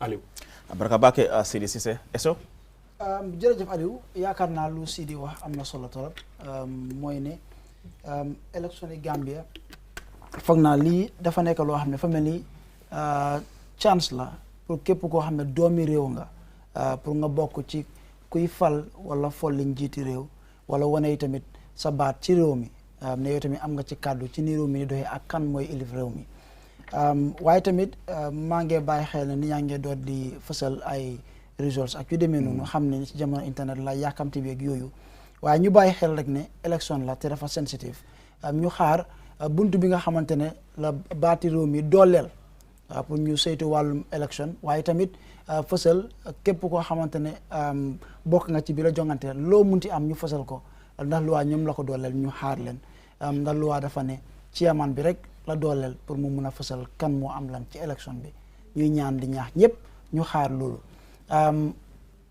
Sidi am na tamit fi nga xamante ne la daanele mooy ne boo xoolee ci élection bi ñu weesu chairman dégg nañ ko tey ci kàddoom mën naa ko laajte mu tontu ne ci élection bi ñu weesu am na yenn ci njumte fi daw yoo xam ne amoon na ci te amoon na jamono boo xamante ne just hold it there. I understand Ajabitu Drame, my colleague is on the line from Banjul to give us the latest update from Banjul. Ajabitu? Yes, Aliou. What is the latest in Banjul? Okay, thank you very much. I'm still in the Coalition Center in Banjul. Everyone and everywhere is quiet, waiting patiently for the results. The IEC agents have urged party representatives and people to maintain decorum in order to focus on calculating the results to avoid miscalculations and to ensure free and fair results are given at the end. And also international and domestic observers are also making their rounds to ensure that everything runs smoothly. That is what is happening right now at the Coalition Center in Banjul at the Gambia High School. So, you can tell ci olof rek ak soose. Okay, léegi maa ngi si coalition centre bi Banjul ku nekk mu ngi toog di xaar ku nekk ngeen noppi pour ñu xaar result yi pour mu jógee Banjul si ñetti constituencies moo nekk Banjul South Banjul North ak Banjul Central so parti agents yu fi nekk IEC agents yi wax neen ku nekk ne mu noppi fay téléphone am bi pour rek buñ jëteen kenn ñu mun a calculer result yi yëpp pour mu mat ñu mun a pour buñ am erreur so ñeena yi nag ñoo xamante ne ñu ngi jógee bitim réew ñoo xamante ne ñoo mun a observe ak ñoo xamante ne fii leen jógee pour ñu mun a observe maanaam ñu seet ndax mbir bi mu ngi dem smoothly ndax amuñ benn jafe-jafe ñoom ñëpp ñu ngi fi di bàyyi xel di seet so loolu rek a nekk di happen fii right now daal. jërëjëf Adja Bintu Dramé suma naataangook nga xam ne moo ñu nekkal fale ca Banjul di indil updates ak li nga xam ne moo fa nekk di xew xam naa balaa ma indi suma naataangoo yi loolu ak tiimam bi dinaa just engage an suma am na la doon wax soo ko mënee jekkal yi. waaw dafa mel ni li ma doon wax rek la Adja Bintu ñëw déggalaat ndax soo bàyyi xel ci kàddoom maa ngi dégg mu ngi wax ne ki nga xamante ne moo jiite bërëb bi ñu nekk di compter ak gestuwaat carte ci Banjul fi mu nekk ci Gambia High School bañ na ko ba dafa laaj ñi nga xamante ne ñoo fa nekk ñu fay seen téléphone yi mooy ñi fa toogal parti yi ak ñi nga xamante ne ñoo nekk ci compte bi ñu fay seen téléphone yi compte gis na yëpp jaar na yoon bañ confirm bu ko defee ñu doog ko fësal te foog naa loolu fa am solo ndax loolu mu ngi leen a distract xam nañu ni yaa ngi yónni resource bu nekk kon gis nga li nga xamante ne la mun a jur kon ñu bàyyi xel loolu. Well, I understand Alaji A.F. Jallow is back on the line from Basse, Upper River Region. Alaji? Yes, Aliu. What's the latest in Basse? Yeah, as we speak, Aliu, we are still waiting, but we've just seen the arrival of the AROs, the Assistant Returning Officers, have just stepped into the school for them to start working to collect the results. So as we are speaking right now, we are patiently waiting for all the AROs to take their necessary classrooms in different constituencies, so they will be able to collect the results, and then we will give you the actual result that is happening right now at Nakil, Ahmad Senior Secondary School. So from your own understanding, how soon do you think they will finalize the results there? Well, the thing, because what happened, the thing is very slow, because you are made to understand that polling is still on. There are police stations that are still voting because of the number of turnout there. Wow. So yeah, this is why the other areas, like particularly in Basse constituency, in the Basse town, the Basse town Dunia Cinema, the number there is so massive that those in the queue are still there voting and Kabakama and other areas too. So this is what is causing the delay. But I believe in the next 30 minutes they should be able to start. Well, just briefly in Fuller, for the sake of, because we are also broadcasting live on Q Radio as well.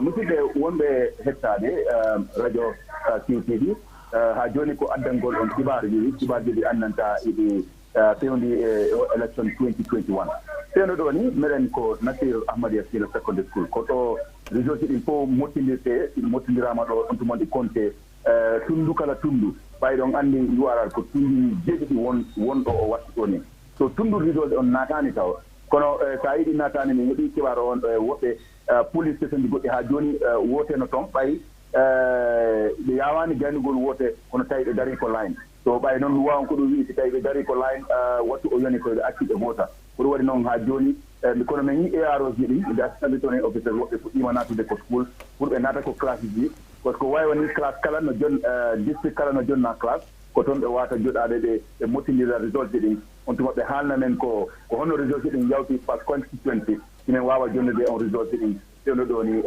URR kono ni mbeɗen jooɗi ko ɗum min woni ha baade di AROs mo kala ɓe wawa topitade result maɓɓe ɗin si tawi men jonna on result ɗin Banjul toon ko ɗum fewndi ɗo Aliou in Mandinka Alaji mbaɗin lamoylal mum mbiye lamoy tañin tembo QTV mbal tentulam mba jeela allah lamoyrola anin analla jiɓerolal ɓe bulakamol nooma min tembo mbe yuwararde kibaro ka natare rek min tembo mbe Nasir Ahmad Senior Secondary School mbeŋa kalamata ko a yetti la result ka be naati janne ya be kensun jang ɗum ɗol mu yalon ko aɓe URR be ngalo le ko tunu woro wala le be URR wala 7 district wala 7 constituency ñin ñabe ke ñokan the assistant returning officers wala ñanta ka be dada en na di kibar da tala taje kon tel nga jam ñan ñanta ka jam ñan bari na kibaro to ko police station dol min tembo woldo hani time voting be ke kanje bawo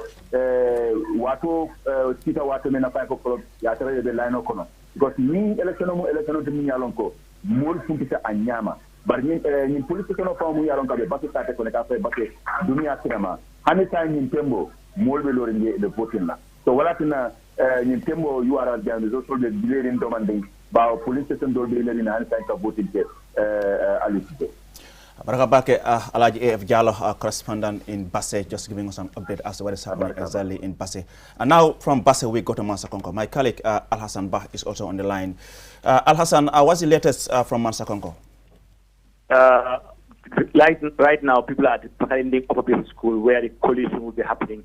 So people are the polling agents, IT officials who are officiating or who are doing the process in the polling stations are arriving. And each district is divided. Each district is assigned to a classroom where they'll be doing a collation. So they're waiting for the other people to arrive and the collation to start. But yet the collation has not started yet. But actually the situation is so calm. People are patient, waiting for the orders to come. And we also have the international observer who are on the ground monitoring and looking at the situation. The security also here is very good because we have the police or the PIU deployed every corner of the school currently at Mansakonko. Briefly, in Fula and Mandinka, for the sake of no. Badingola bila mo kandong sa intembe soma be pakalinding of the school mi Mansakonko tundokan bi ka fale nyamen dong ngal na ko president kate fale keta ngajile mo finta nyama tundo kono Mansakonko tundokan mo jamali la carte fay sain tembe pakal ni ko be school dura me ya lonko mele ya lonko itata carte fay ka monitor wala ka tamandi IC ibe benna janne pour ka ye ton fen soto pour ya be kambe nyokan ya la nyokan ya fo pati jelle soto district but district fanan ye class mo le dila mele ya lonko ibe talla jele ila police station agent zol bina jele ye la fengol be college ya tembe ni yokan ya je momo meso sainte amanda follow de amanda di o tembe ndiro man follow no well to thing but sainte pang hani bantala banko mele ko nata ka jibe roke ifanan be sidi janne de mo bata ani fanan mol mele ya lon ko police wala loi bu mele ya lon ko semu be le bulu wala security ni be janne me ko lori ka je ko kayro sabata bare janten abe tenkudinne molbebe sirin ka nyobatu kaje mimbe kala musi de sido hetta dum andi ngolon ko man ko nore wuyede mon man ko ka pani ko office school ko don ko wota ko fop ko don potinte kala district wala tundu kala non jonna classroom wala suudu ko be foti wadde koli so maddon don sibi yaltina result non yaltina taw be waɗay ɓe yatne ressource ɗi yeeso seeɗa si fuɗɗiga tun inchallah min yetnaa kibaji ɗin police ɗen no ɗo yimɓe fof ɗo min haɓɓi ko ara ɓe ƴoore nder kiyan laawi goɗɗe goo. Thank you very much, my colleague Hassan Bah at Mansakonko in the Lower River region. And now Ibrahim Jallo, our correspondent, is currently also on the line from Janjambure in the Central River region. Ibrahim, what's the latest from Janjambure? Good evening, Aliu. Here in Janjambure, we are here gathered at the Methodist Lower Basic School, and we are patiently waiting on IEC to put things together so that all the 11 districts will submit their results. Then by the end of the night, we'll see what to do about them. Just how is the atmosphere there in Janjambure? The atmosphere is fine, but though we have people on the street celebrating already, they're celebrating victory already. But it's so funny because if you can go out in the street and celebrate a victory that is not yet announced, then this is a question we are asking here in Janjambure. But hopefully very soon the results will be out here, and everything will be put to people, inshallah.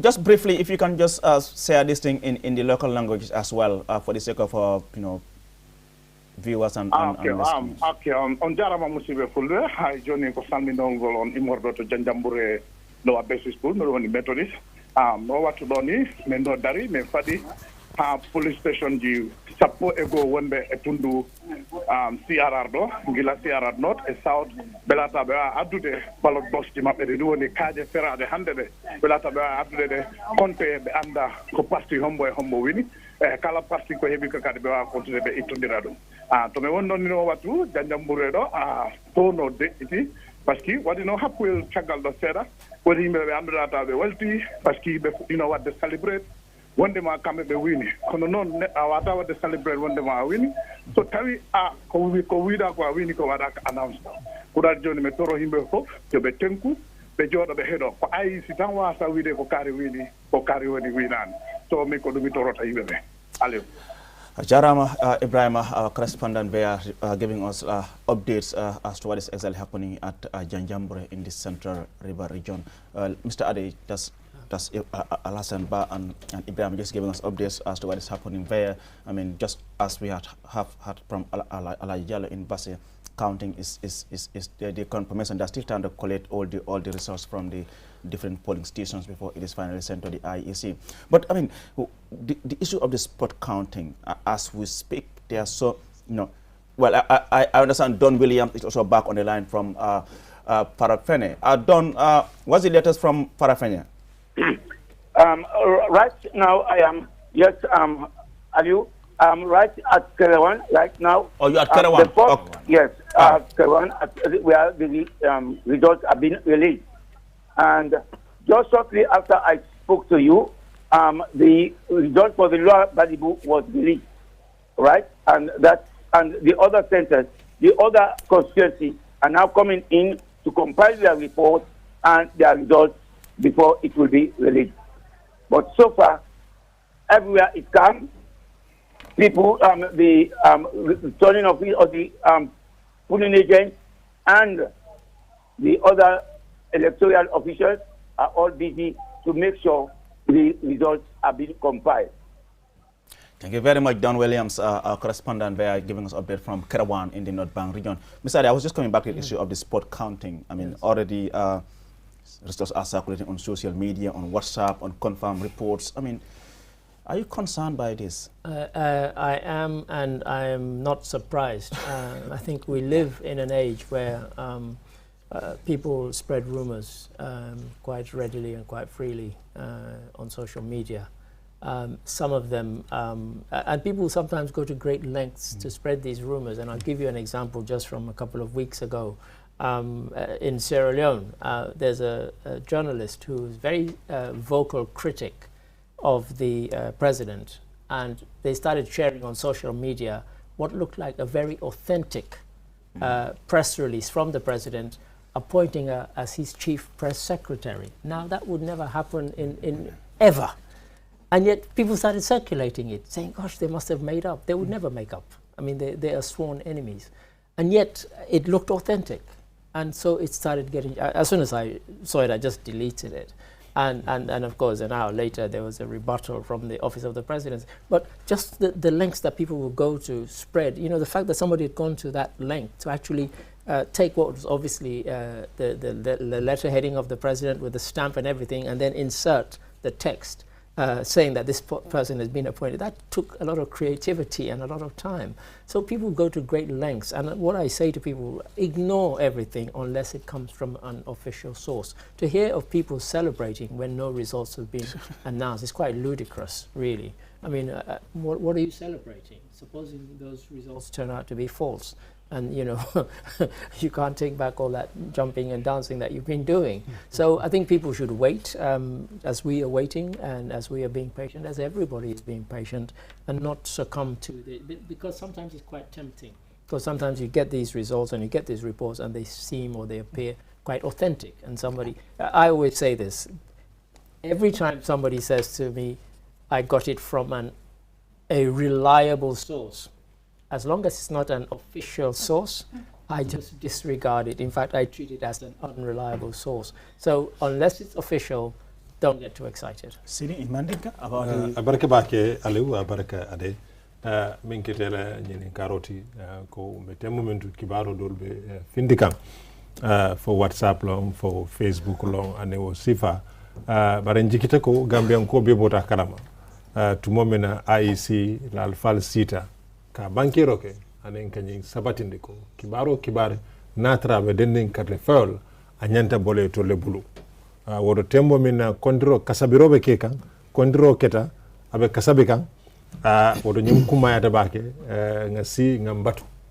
fo alfal membe nyin karte fa bumotu ka kibarol bonde miyo kumayande wolon atina waliyo wulula parce que ninga na tundo to jibe banko do le karte fa ke ngaje modo sa finti ka fon ganyendi wosina waliyo sabu asina nyo sabo sabu pour mo be sa baturo ke do ye sanji lulle batu nyimo mondro watu control woton so batuno mu nyoko no sabaro kono fojande result to nyelbe fintila wo kumata baki ando IC fanambe watu min taka nyin tembentu kaji ko kasabiro ke ko anyanda kala nyame ka kibaru koyo futandimma wo kumata baki ko aji bintu ya fo nyame banjul control membe ke kanje fo ya fo ko dingol membe sire min kera agentol ti kabo politique patiolto ke la telefonol fa pour yesi ye nyum kasabiro ke nyala mi yalan ko mo kana jaxase samana wo kasabiro ko parce que kasabiro nyim fenel mi yalan ko mayata bake hani erreur soto sira kilina dron asa ko be tinya so wodo nyum ko le mi yalan ko mayata ba anda manki ko masingo ba kasabika harma do ba kasabika hani masingo ba kasabika fa fo nga baturoke wota ko mayata bake pour nga baturoke tumo min alpha mimbe kate fa bumotu atal nyanta nyen kibaro nyum bonda sini mu dimasol ni min gagneta ni bita jamba dongo le sa jamba dongo ke mil bite foñonde ne se foñonde woto al nga munya nga sabari nga kibaro batu mimu kibaro koti kabo Independent Electoral Commission barka bake seri eso just ci olaf ci lu gata rek dengal ñoo yifi li nga ne mu ngi circulate already si WhatsApp group si Facebook bi ñu bari ñu ngi joxe sen results whether it is authentic or not we are not here to make that announcement. We have to wait on for the official announcement from the Independent Electoral Commission.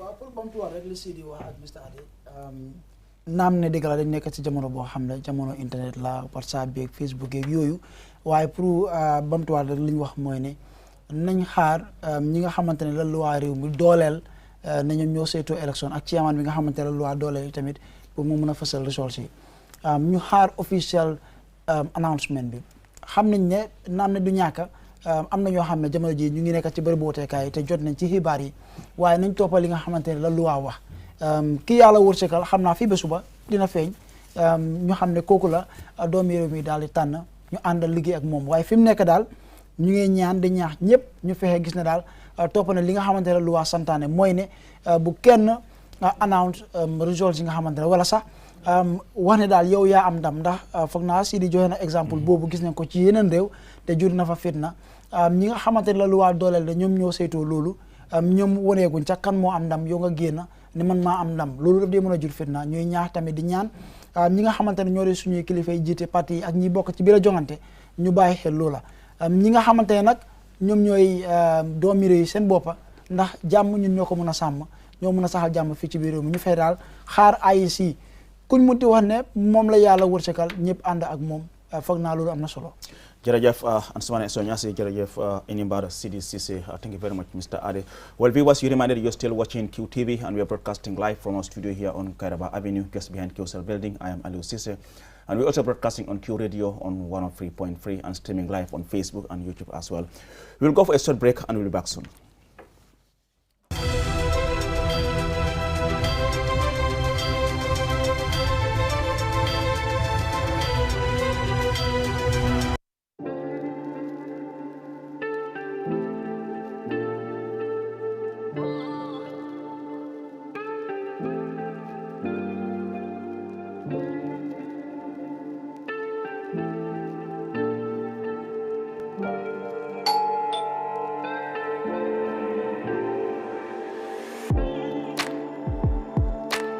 Want it?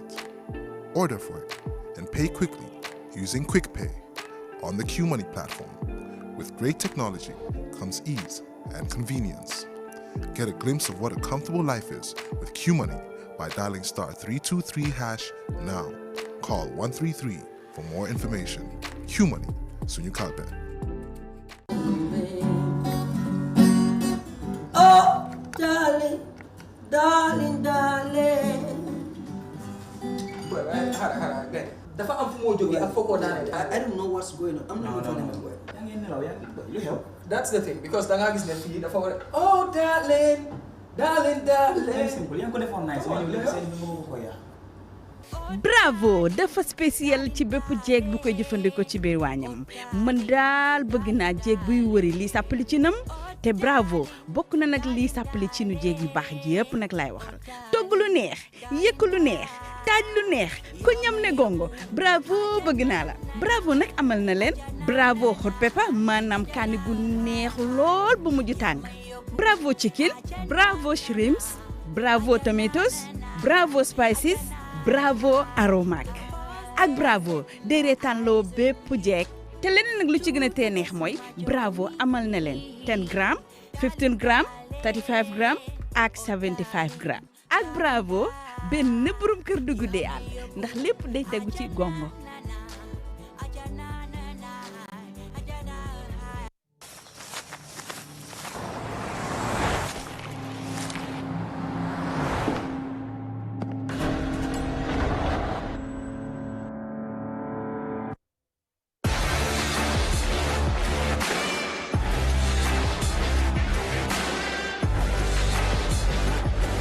Begin your SUV life. S-Pass Motors, the new authorized dealer for Kia. Visit us today or call us on 3522-222, 353-2222.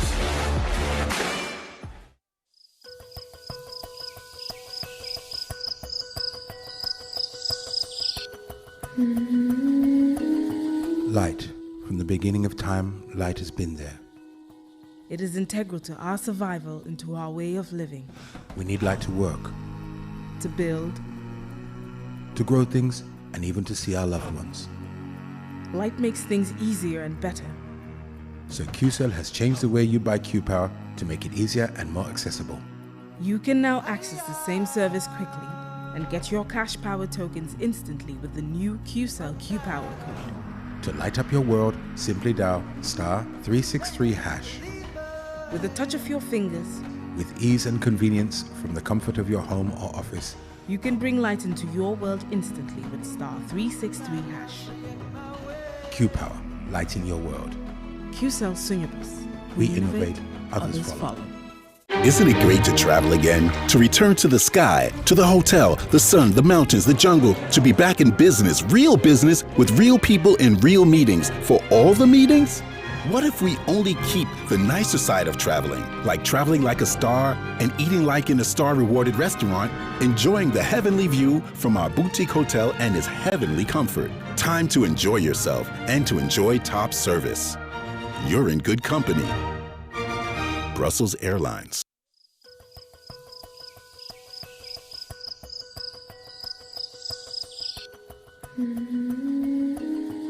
nga noro tarale birin duniya be datila ada ben na baluwo konole nsulata noro pour kanna do kuwol ke kanna bungol lo kanna fengol fi hanim fanan kanna kanunyol je noro ka kuwol sone yandi woto QCell ya Q-Power sanya kutole nati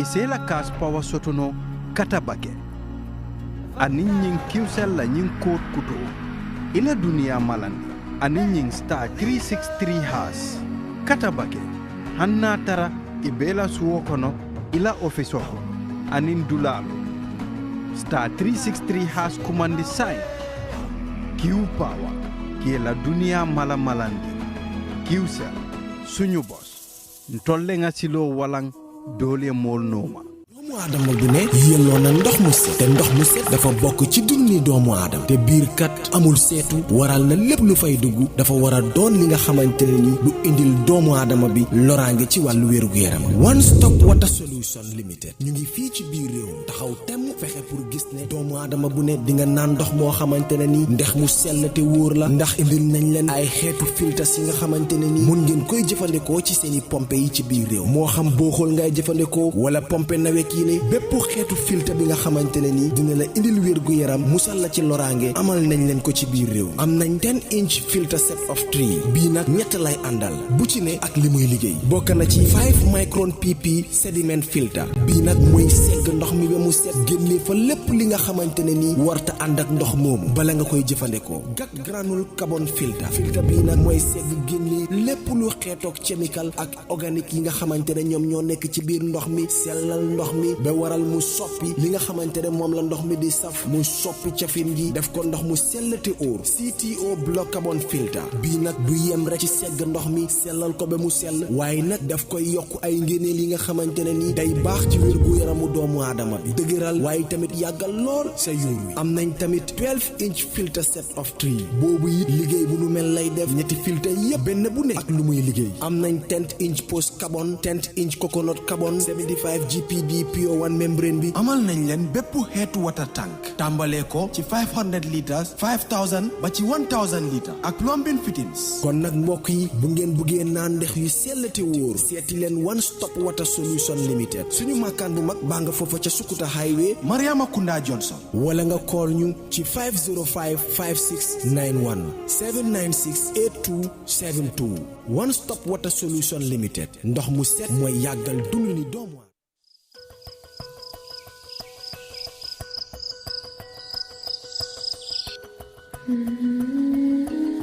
Light. From the beginning of time, light has been there. It is integral to our survival and to our way of living. We need light to work, to build, to grow things, and even to see our loved ones. Light makes things easier and better. So QCell has changed the way you buy Q-Power to make it easier and more accessible. You can now access the same service quickly and get your cash power tokens instantly with the new QCell Q-Power code. To light up your world, simply dial *363#. With the touch of your fingers, with ease and convenience from the comfort of your home or office, you can bring light into your world instantly with *363#. Q-Power, lighting your world. QCell Sunyabus. We innovate, others follow.